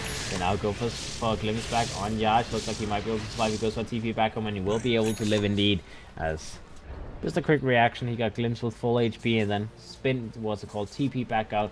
Then he will survive. The Armor Slash might have been a better option to kill him there, but even that would have been very close. So either way, it looks like he would have survived. Rams That power shot mid lane. Looks like Ben is going to be run down. He still has that ultimate up and running. He has an armlet complete as well, so it's going to be very, very hard to kill that guy. Alchemist a little bit too tanky right now. Level 10 and having 6k net worth with that armlet and half as well. 1/3 his way towards the Radiant. So just banking up gold as much as he can. The next Assassin's in the bottom lane, fighting up against this Venomancer. It's not that easy to stay in the lane, but at least he can get his level 6, and he's now level 6, which is good. Moving in, trying to find a wraparound. Maybe he can go for a kill. This Venomancer, actually, the Venomancer is on 500 HP, so with that Vendetta strike, could be almost enough. He goes for the Impale as well, but he doesn't really realize that he's actually not as squishy as you might think. Oh, the Venomancer puts on a little wall, but it's not going to block good enough, as the lifesteal will just move in and he will bring him down either way. The Darkseer in the top lane, in the meantime, they get taken down by 2 Voice Disruptor, so it's a 1-for-1 trade-off. Spin comes out, trying to just clear out those creep waves. They'll take the tier 1 tower now. TV comes back in from Bandit trying to defend this, but in the meantime, we have the slot in position. He's not quite level 6, so they don't have that much damage against this Alchemist, and he will try to deny the tower, but Logic is moving in. He goes for a spin, tries to go for the tower. He will get the tower as well. Looks like he might be a little bit in trouble himself. In the meantime, though, Static Storm comes out from the Disruptor, trying to buy time for the Juggernaut to get the hell out of there, as they do not want to lose this guy in that position. Rams trying to run himself away. We do have a stun coming up from the Alchemist. In the meantime, they're trying to set up for another Impale, and the blocks are good. The lift comes out. Looks like the Wind Ranger is going to be a little bit in trouble. EVOS, they go for a crush with the Slaughter. They will be able to secure the escape for the Wind Ranger, but the Slaughter will have to give up his life, as this is 4 heroes from Happy Feet. They will not take no for an answer. They want that 1 kill. Sadly, it's not going to be any of the kills they wanted. They wanted the Jug, they wanted the Wind Ranger afterwards, but they will have to let go with just the Slaughter.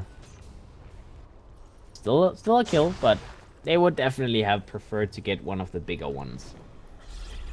Juggernaut is now going to be in the mid lane, just trying to continue farming as the Jasha completed. And the sooner he's level 12, the better, just to have that level 2 ultimate running to Hoist in the top lane. He's level 6. He already tried to use the Static Storm, didn't really get any value out of it, but there. Curse of Haste is finally available on the Slaughter, halfway towards his Blink Dagger. The Venomancer, 2,000 more gold before that Akinins is going to be completed, and he's pressuring this bottom tower very, very efficiently as Jules. I mean, you know, he can right click those Venom wards, but it's not as easy as you might think. It is definitely not an easy situation. It takes a long time down, and you can just keep using them on the Venomancer, and that is what he will do. He'll continue to push down those creep waves.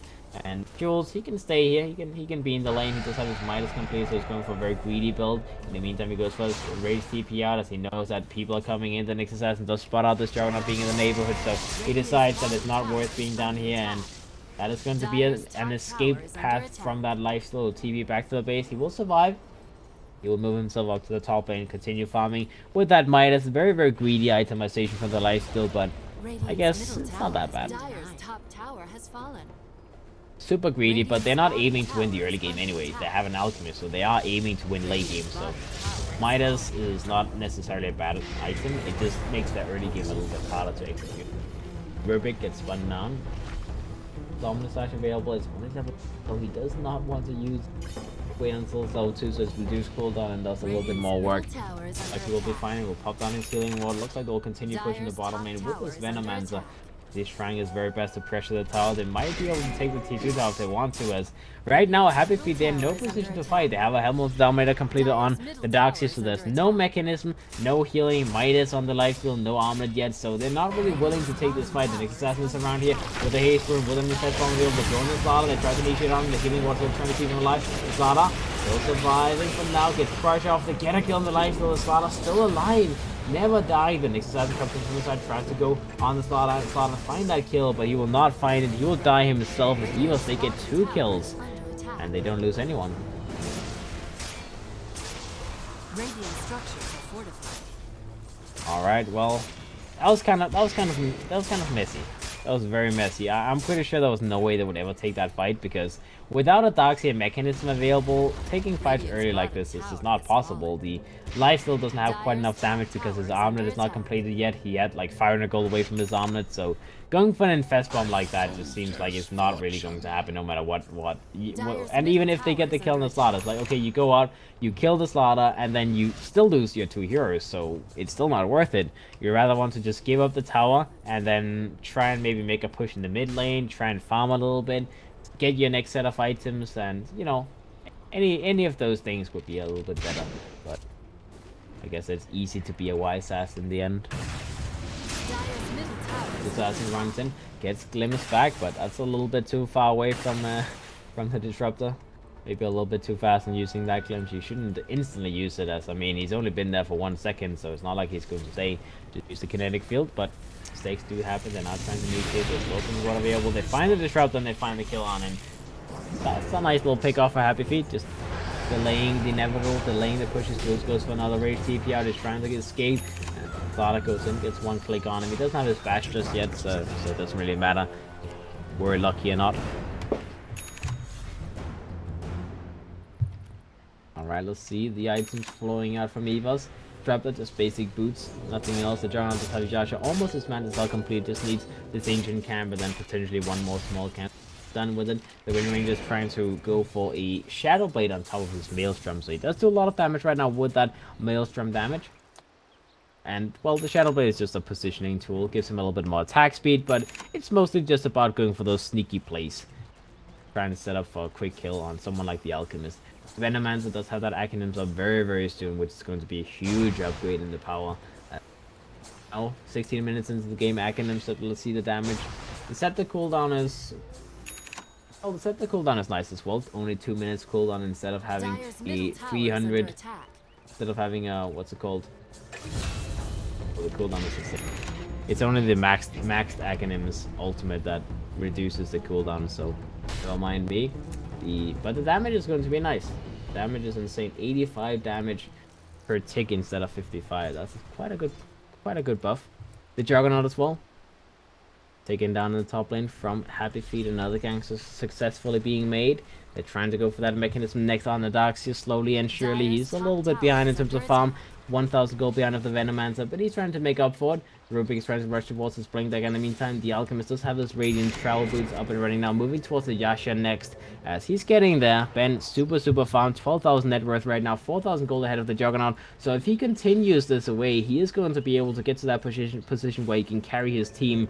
So despite the early not being that fun for them, it's all about the Alchemist, right? You know, it doesn't matter if you're losing the early fights, doesn't matter if it's troublesome to fight. It's all about giving space. You just need to continue fighting, continue delaying the pushes, and give space for the Alchemist. As long as the Alchemist is hitting creeps, you're still pretty happy with whatever happens. Under attack. The Nyx Assassin, trying to move towards him might as well. He's trying to follow down this little Venomancer down. They do know that he has the Acronym set now. They spotted it out. Let's see what else happens.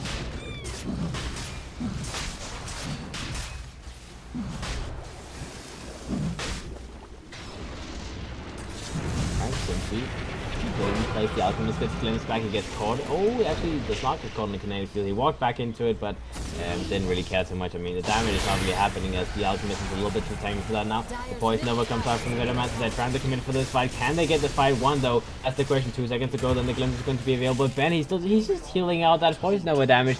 They find the Lifesteal in the back lines next to Roshan. So they do get 1 kill, but is that really going to be... Oh, apologies, guys. That came out of nowhere. That came out of nowhere. Alright, they get 1 kill. Smoke comes on the meantime from Happy Feet. They try to initiate. They go for the Stolen Static Stone with that Rubik. They set out. The Disruptor gets taken down. The Ranger will drop as well. Looks like Aville's going to be a little bit in trouble. Gets hit by a Vendetta Strike. The Impale's going to be cooled on right now. So it looks like the Nyx Assassin will not be able to get that kill on the Nyx Assassin on the on the Venomancer. Oh, he will. He will. They will. That was a... I'm not sure how the hell the Darkseer wins that, gets that, but I guess... Oh, actually, never mind. It was a Venomancer illusion. I was like, how the hell does he get that kill? Because that was a poison sting I saw, but obviously, if an illusion hit the Venomancer, that's why he was applied with a poison sting. So, in the end, pretty good for Happy Feet. They lose the Aegis, which is... That's pretty much just what happens. They don't have an early game fighting lineup, so they will have to make do with losing Aegises once in a while and winning a fight afterwards. You know, they kill the Venomancer, they kill with the Wind Ranger, they disrupt them, they only lose two heroes forward process. So it's good enough. Mid lane looks like the Lifesteal will be taken down again as he's a little bit too far, gets hit by a shackle, and he will be killed. Lifesteal down for the count. A soldier's fortune. That Alchemist, man, I mean, he got hit by the Poison Nova, got hit by everything, but it still didn't really feel like he took any damage. I guess it will be a little bit more painful if he's actually ever hit by an Omni Slash on top of that, or the Wind Ranger uses his Focus Fire, because that's a lot of magical damage. That together with the Poison Nova should be enough to kill this guy. But we have only really seen a couple of spells being used on him. They have never really committed on him with the Jug or the Wind Ranger, and they need to do that. Let's see.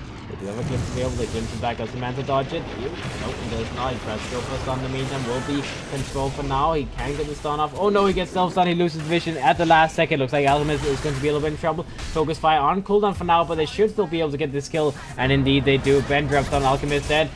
In the meantime, the Juggernaut loses his Aegis in the mid lane. They get that Aegis pop on him, but is it going to be good enough? And Will pops his Poison Nova. Will try and survive in the meantime against Jules. Looks like Will will drop down on that Venomancer, but Jules is going to burn down very, very quickly to that Poison Nova. Does he end up dropping down? He goes for the Infest. He's just going to sit in the creep and just, you know, hang out a little bit. The creep will be taken down. He's still going to pop down a little bit. He has to bring down cooldown. Poison. Oh, the snipe Wind Ranger power shot in the face. In the meantime, that Traveler trying to just run through that wall needs to be a little bit careful. That's a kind of painful thing to go. Radiant's middle tower is under attack. Either way, Alchemist lifesteal for a Venomancer and an Aegis. That's a good trade-off for EVOS, but they need to turn these trade-offs into actual pushes. They need to continue pressuring. They need to continue getting towers, because the later the game goes on, the more Happy Feet is going to be in position to win this, because the Alchemist is still scaling nicely. He has this Manta Stall completed very, very soon, so it's going to get harder and harder to kill this guy. The lifesteal, of course, as well, he went for Midas, so he kind of went for this, okay, I'm just going to scale into late game kind of build. The Darkseid has his mechanism completed, and he's going for Midas himself, so it looks like Happy Feet, they're just going for Ultimate Greed. The Nyx Assassin, I'm not sure if he actually finished his Midas ever, but he wanted to go for Midas at least. He's now kind of looking at a Blink build, but I'm sure you should finish your Midas when you have Gloves of Haste and 1k gold on top of that anyways. Not really no point to go for Blink on top right now. The Darkseid moving from Midas, that's like, okay, that's maybe a little bit too much. I mean, I know that they're going for late game, but I mean, that's a limit to how greedy you can get. Or at least I think so. Maybe they just think that the more they have, the better the chances are that they can win late game. Blink is up on the Rubik's. They do have one person who can initiate for them in the fight. See, in the meantime, side of EVOS, the Traveler doesn't have anything. The Juggernaut does have his Diffusion Blade completed. Now the Wind Ranger with an Aghanims on top of that Maelstrom. So they decided to not go for the Shadow Blade in the end, and Aghanims is always good. Having that super low cooldown on Focus Fire is amazing, and a little bit better damage. Blink on top of that would be great at some point. Blink is up on the Venomancer as well, so you can go for some aggressive plays with that Poison Devil. We'll see. The Slaughter, Blink, and a Midas as well. So EVOS, they do have one Midas themselves, but definitely they will not be able to match up against the farming speed of Happy Feet. They're still keeping themselves ahead by 4,000 gold. That's the top lane. The Juggernaut gets jumped on. He doesn't have enough mana to go for a spin just yet. He does have a stick charge available if he needs to, but that mana burn is super annoying. Just burning it down his mana, making sure he cannot use his spells. The healing ward will keep him alive. In the meantime, Ben is trying to run him down, but he will just be sufficient on farming. He will take down those Venom wards perhaps. Farm the Venom wards. They give gold, lots of gold. 100 gold for 2 wards. 150 gold. Let's go. It's actually a pretty good counter as well to Venomancer if you think about it, because every single time the Alchemist kills one of the Venomancer's wards, he gets obviously the base like 14 gold plus the 36 gold from Grievel's Greed if he has the combo maxed out. So that's a 350 gold. So Venom Ward. Usually that's like what, 3 to 5 in a fight, so that's a lot of gold. Mid lane, the life is a little bit in trouble, tries to survive, goes in, tries to fight up against the Slaughter. Looks like he will be able to get a kill on the Slaughter, so that's going to be one better inside of EVOS. In the meantime, the Wind Ranger is going to be a little bit in trouble. Rubik blinks forward, goes for a Slaughter Crush on that Wind Ranger. They get the kill on him as well. They'll go for the tier 1 tower in the mid lane. It looks like that's going to be a trade-off. In the meantime, tier 2 tower in the top lane gets taken down as EVOS, they're trying to go for a trade. They're trying to push, but Nyx Assassin will be in position, will stop them from pushing. He will be glimpsed right back to the mid lane. He will have to walk back, but I'm not sure they can even push this high ground anyways. Looks like Rubik is going to be a little bit in trouble. He's still alive for now, but he will finally be taken down as to why will get that kill. Yeah, just running him down in the meantime. That just follows him. Knows that he has to save that vacuum a little bit, but gets surged back. Glimpsed back. Looks like he's still going to try and run him down. The Disruptor is going to be controlled. Surge comes out on the next assassin. He's going to be sent on his way. Let's see if he can find Suhoi. He's trying to run him down. Pathing is maybe a little bit high, not hard, but he will find it. We'll go for that mana burn on him as well. The Spike Carapace comes out. The Impale comes out. That is a dead Disruptor. That is a very dead Disruptor. Alright, Happy Feet to have a 6,000 net worth right now. Still doing nicely. They fought back. They got a kill on the Wind Ranger, the Slaughter, and the Disruptor, and they only lost one person themselves.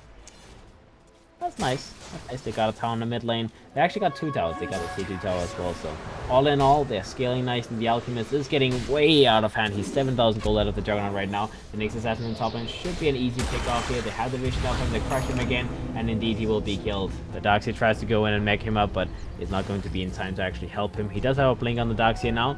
Alchemist, almost a Octarine core on top of that Mantis style, so it is going to be that like 30-minute timing where he should have his Octarine plus Shiva Scar potentially, and then look to try and just push back EVOS. In the meantime, the Darkseer is trying to scale into a pipe, so just more and more defensive items. The Lifesteal in the shrine area gets taken down, pops the shrine, but it's not going to be good enough to keep him alive. He does have his Desolator completed finally, moving towards an Assault Crest for the team, as he's not going to allow the Alchemist to get that for him. He will just go for it himself, and yeah. I mean, despite dying a lot in this lifesteal, despite not really getting that many kills, he's still keeping himself in the game. He's only 1,000 gold behind of the Wind Ranger, so it's not that bad. That Midas is definitely paying off. The Rubik, top of that blink, he wants to go for Lotus off the next assassin. Still not going for that Midas. He just has those gloves of haste available, and he's going for that blink instead. The Darkseer also decided to not go for Midas, so good thing that they decided that having like a triple Midas will make it be a little bit too much when you already have an Alchemist. Let's see, EVOS. Slaughter gets taken down, trying to die for a kill here on Ben. Not actually going to be happening. The tower will be denied as well, and that is going to be EVOS sent on their way back to the base. The Blink is up on the Wind Ring in the meantime. The Juggernaut next item is up as well. Blink is complete. He's going for Butterfly on top of that. He wants to get as much damage as he possibly can. Obviously, a Skull Basher would give him more control, but Butterfly is definitely the damage as you want to go for.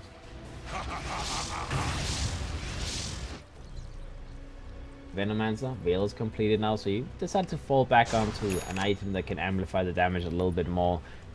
But I feel like, is that really worth it? Because, like I said, the Alchemist, whenever he has his ultimate up, he can pretty much tank through the magic damage that EVOS has. And they're also going for a pipe on the Darkseer just to be a little bit more safe against that Venomancer. It doesn't feel like this is like the classic Veno game where the damage output of this hero is super insane. He does do a lot of damage, but we haven't really seen it be that. It doesn't really seem like it matters that much.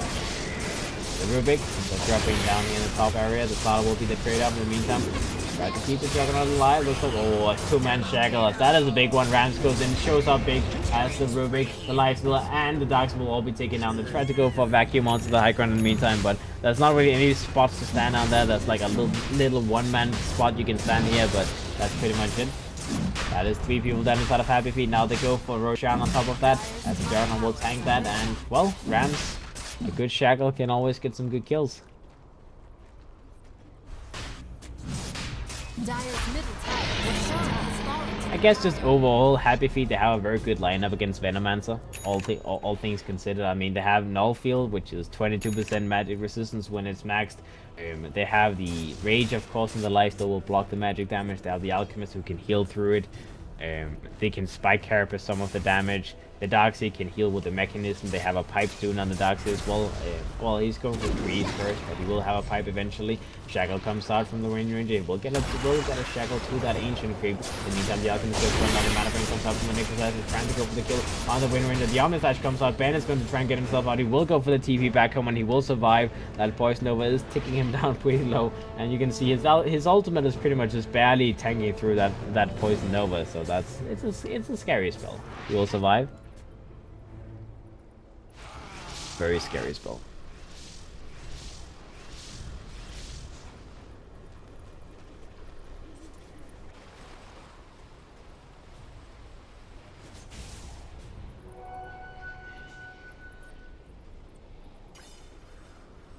Juggernaut just passing by the Lifesteal, saying hi, not really trying to go for any aggressive play. Doesn't have his Omnislash available anyway, so this doesn't matter. He's not going in. That's maybe a little bit too aggressive though, as that is going to be the Aegis popped instantly. They will move themselves away. In the meantime, the Alchemist gets hit by a Jack in the face. Looks like he's maybe going to be a little bit in trouble. They will try and commit on him. They do have the poison of cooldown for the next 5 seconds. Ben is going to drop down low. Rams will finally get that kill. Alchemist drops down Static Storm. Comes out on the lights in the meantime. Do they have a glimpse available in 8 seconds? Rage comes out from Jules. He's trying to keep himself alive. He will be run down. They try very desperate to get that kill. Rage comes out onto the Doctor, trying to keep the lights still alive. Looks like the Doctor will drop down. Jules is going to be in trouble as well. Will be glimpsed back into the lane, and triple kill from the Jock as he's just shouting every kill he gets. Triple kill. Ooh. Logic will go in, show up big. That butterfly damage definitely paying off, and he's going to be well on his way towards that bash on top of that, as he's doing so much damage in these fights. And take a look at it quickly. That Wind Ranger did the most damage, obviously just hitting that Alchemist for about 30 seconds straight with his focus fight does do a lot of damage, but that's also the one kill they need. Like, the Alchemist is the only one who's an issue for them to deal with right now. As long as they can kill the Alchemist first, then everything is fine. That was without Armor Slash and without Poison though, so they do definitely have the damage output to deal with him, even though he is kind of annoying right now. He does have a Shiva Scout up in a moment as well, only needs about 700 more gold, and in the meantime the Tier 3 tower is going to be pushed by this Venomancer, by the Wind Ranger using his focus fire. There's no fortification is available on the side of Happy Feet right now. They will lose the tower. They might even lose the Meta Rax. 5 seconds to go before the life skills back up. Ben will move in. Will try his very best to defend this, but they will lose the Rax for sure. Maybe only the Meta Rax. Maybe they will get some trade-off kills in the meantime. The Logic tries to manage to dodge himself through this. Omnisex comes out. He's trying to keep himself alive. He will have to go for the blink away instantly, but no, he does not get the blink away in time. He will drop. The Nyx Assassin dies as a turnaround kill, but not sure that's worth it. Sadly, did not quite get the blink off. It's a little bit, you know, you have to just spam click the blink and then hopefully you get it off, but looks like that's not going to be the case. In the meantime, so behind the bottom lane tries to go for TP out, will be spotted and killed by Ben, not allowing that TP out to happen.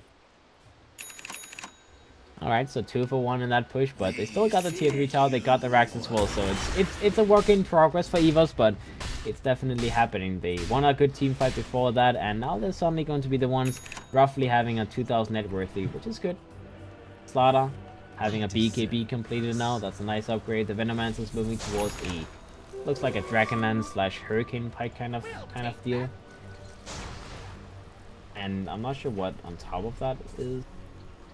Mechanism? Well, I guess he has his arcane boost, so he might as well upgrade them to Guardian Greaves. I guess there's not really any point not to, but I kind of prefer the like half right click damage, half spellcaster Venomancer, where you go for like Veil, Axe, Blink, and then you go for a Pike with Mjolnir perhaps, and a Dragonlance. Yeah, well, Pike with Mjolnir. I like that a lot more, but Greaves is not bad necessarily. Disruptor, trying to just bank up gold for that Academ Scepter. He's halfway towards it. He only needs 1300 more golds. That might actually happen this game, and that is a very big item. Also one of the best Academics upgrades in the game. They go for smoke with the 3 years inside of EVOS. They're looking for someone in the top lane. They will find a jump on the Alchemist, trying to TP himself out. He will be hit, he will be shackled, and this guy's all on his own. There's no way you survive, as Illogic will be the bringer of death and bring him down. Alright, the Slaughter's trying to move towards the Solar Crest next. The Wind Ranger does have his own BKB completed as well. Just trying to go for damage Nexus. You just need to make sure you can always kill the Alchemist, so Daedalus, Bloodstone, whatever you want to go for, all of these items is great. The Bloodstone is probably the best damage item, but the thing is, the Alchemist can Manta dodge it obviously, so you don't really want to get an item that can only give you like half the amount of damage in some cases, and then in other cases it can give you the full amount of damage. So Daedalus is like an item that can always give you a good amount of crit and damage and whatnot. That's why I want to go for it. Not a bad item. And you can go for like a Bloodstone on top of it if you want to. It looks like he's going to complete his Mjolnir first. Not sure if that's worth it. The Mjolnir upgrade is not that insane for him. Whatever. It is whatever.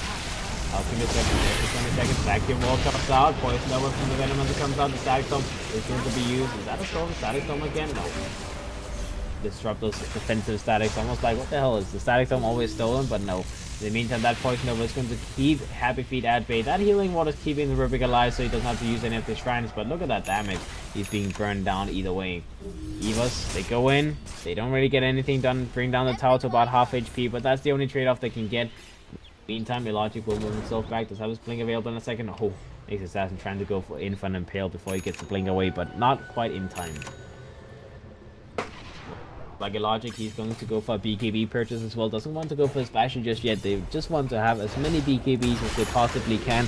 Make sure they can go high ground. They can hit the towers without having to deal with the Nyx Assassins magical damage, the Alchemist Radiance, the Shivas, the Darkseid's Vacuum Wall. All of these annoying things, just making it more and more painful to shoot.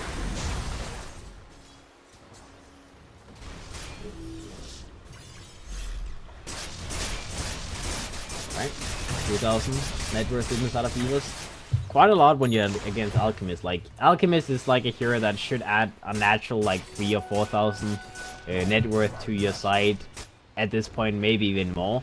So, it's a decent net worth inside of EVOS. And keep in mind, Alchemist is all of the net worth on Happy Feet. The lifesteal is kind of getting to the point where he doesn't do much. I mean, he just completed his Assault Caress, which is a nice upgrade. But apart from that, he doesn't really do much in the fights. He barely hits anyone. He still doesn't have an MKB, so obviously the Juggernaut is going to be hard to deal with. He cannot hit the Wind Ranger because of the Wind Run, so he's pretty much just a walking aura at the moment. And maybe he can kill like someone like the Venomance. That seems like the target he's trying to go for every fight, like the Venomance and the Slaughter. But you kind of want your safe laner to do a little bit more than that. The Alchemist, of course, he's the big boy with all of the gold in the world, but the limit to how much this guy can do. He's been sitting on that Shiva Scarf for a couple of minutes now, and it doesn't really feel like he's doing much with him. Acronyms upgrades can obviously start to come out, but it's not the most amazing axe upgrades this game. I mean, sure, Nyx Assassin, Rubik, Darkseid, all of these axe upgrades have a lot of value, but it's not like a Disruptor axe upgrade. It's not like a Venu axe upgrade. It's not something that can determine the game instantly. Not the Slaughter goes into, and then Crush comes out, they're going in, the Static Storm comes out, that's going to be on 4 people. The Rubik barely gets himself out of that, will do the corrosive haste from the Slaughter, but it's not going to do anything to Slaughter. Will drop the Disruptor, will drop it from the Venomance at the highest. How did they get so many kills? And now Logic goes in, pops his BKB, but somehow they manage to take this fight. Ben goes in with that Shiva Scar, gets so much damage out, and that lifesteal with Ben as well. They somehow turn around the fight, even though the initiation was amazing from EVOS. They got a 3-man back. It was of course 3-man Static Storm off, but it just didn't happen. I guess I was wrong. The lifesteal can indeed do some damage. 3,000 damage from him and 3,000 from the Alchemist popping that Shiva's Guard, but that just seemed weird. Felt like they dropped like flies. I guess the Wind Ranger wasn't really in the fight, so a lot of the damage was missing. And yeah, I guess, I mean, Disruptor, Slaughter, all of these heroes, they're very easy to kill for the lifesteal if you can just continue hitting them. Seemed like that was indeed going to be the case that time. The Venomans are also a fairly easy hero to kill. They were stuck in that little area, and they tried to just fight it out, but that clearly did not happen. Oh boy. What a fight to lose. That's kind of sad. The Wind Ranger is trying to move towards an MKB next, so he upgraded the Mjolnir and then he decided to just go for something that can make sure, you know, the mini bashes is nice and all that, but it's just a damage item in the end. I'm sure Bloodthorn might still be better. The advantage of a MKB is that it's cheaper, so I guess that's why. You can also go for, I guess you can go for an MKB and then eventually you can replace the BKB, like in the middle of the fight you can replace the BKB for Bloodthorn or something like that. We'll see. Or perhaps even replace the Mjolnir, as the value of the Mjolnir kind of drops down as the game goes on.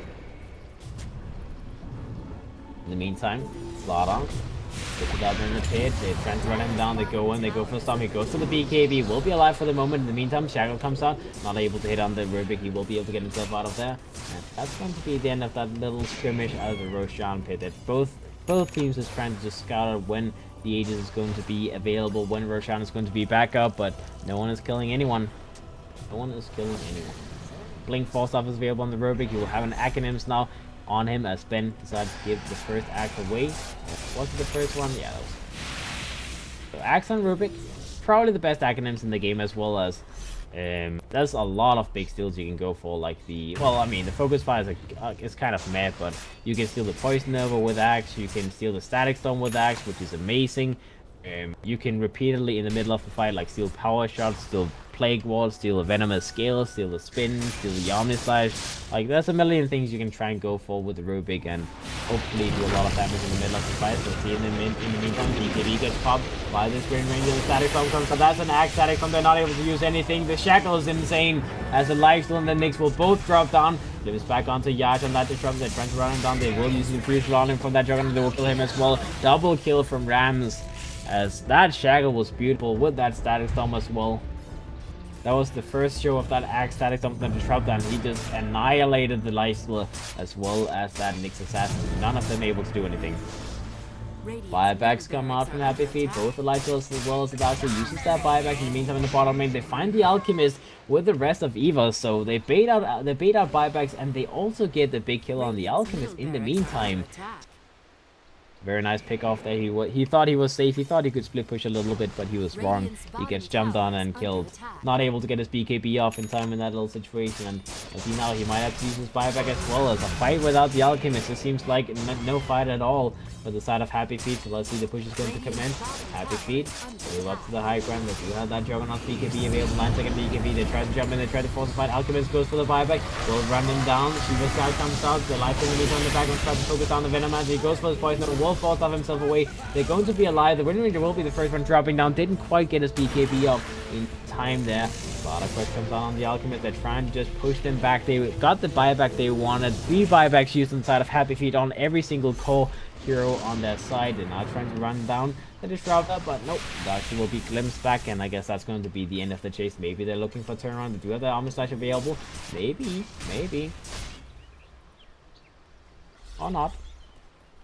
You know, just chill, fall back, pick up another item or two, wait for the Wind Ranger to be back alive. I guess that's going to be the case. Lada will move himself in towards the mid lane, maybe try and go for the Nyx assassin, but they don't want to go for a fight. They're not comfortable taking. In the meantime, we do have another Infest Bomb coming out from the Nyx assassin with the lifesteal. They're moving towards the pit.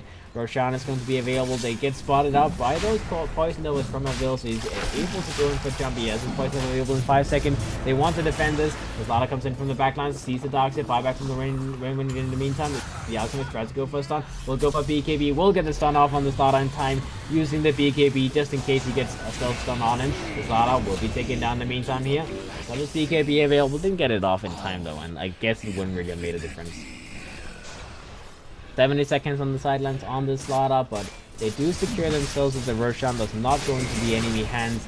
They might have to try and they might still try and contest for this on the side of Happy Feet, as this seems like as good a time as any to try and stop this from happening. Rams uses buyback as well on the Wind Ranger to stop this. Let's see, do they want to try and take this fight? Looks like they're going to keep themselves back. They do have the vacuum wall available. The Venomancer will continue to shoot out those plague walls in the pit, and same thing for the Rubik. He will also just continue to shoot out those walls in. Make sure that both teams have vision of this area, and they will just wait for the Slaughter to respawn, and then they can go for another attempt at that Roshan. Alright, Poison overcomes Sark from the Venomancer. He gets a good hit off. The Venomancer will be jumped on the meantime. Roshan is going to drop down very, very low. They need to jump in, they need to try and contest this. They will go for a Shackle, doesn't actually latch onto the life field, though. The Aegis will be picked up by Jules. In the meantime, the Venomancer will be run down. The Disruptor's already dead. The Venomancer will drop buyback on the Nyx assassin. They're trying to run down the Juggernaut as well. Ben trying to get this kill desperately. The Armor Slash has already been used. He's trying to focus on Jules. But is this fight going to be worth it? The Aegis available. Logic, this is not going to be good. You will be killed here and you will be burned. Logic dead for 100 seconds. Gem on the ground as well. As that is a very, very good fight for the side of Happy Feet. They managed to take the fight. The Disruptor didn't get a good static storm off as he got initiated upon. And Jesus. What a fight.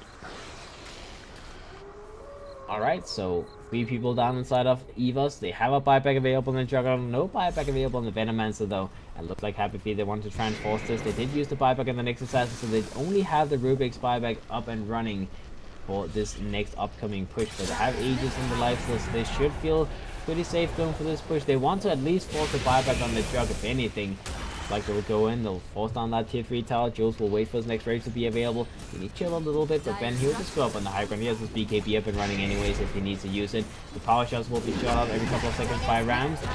See, Alchemist, shackled up. Rams almost level 25, whereas power shot shield cooldown should be the next big thing. 2-second cooldown will be great. Static Storm comes out. Looks like that's going to be a big one on the lifesteal. They will control buyback from the Juggernaut will come out. The lifesteal will be killed first.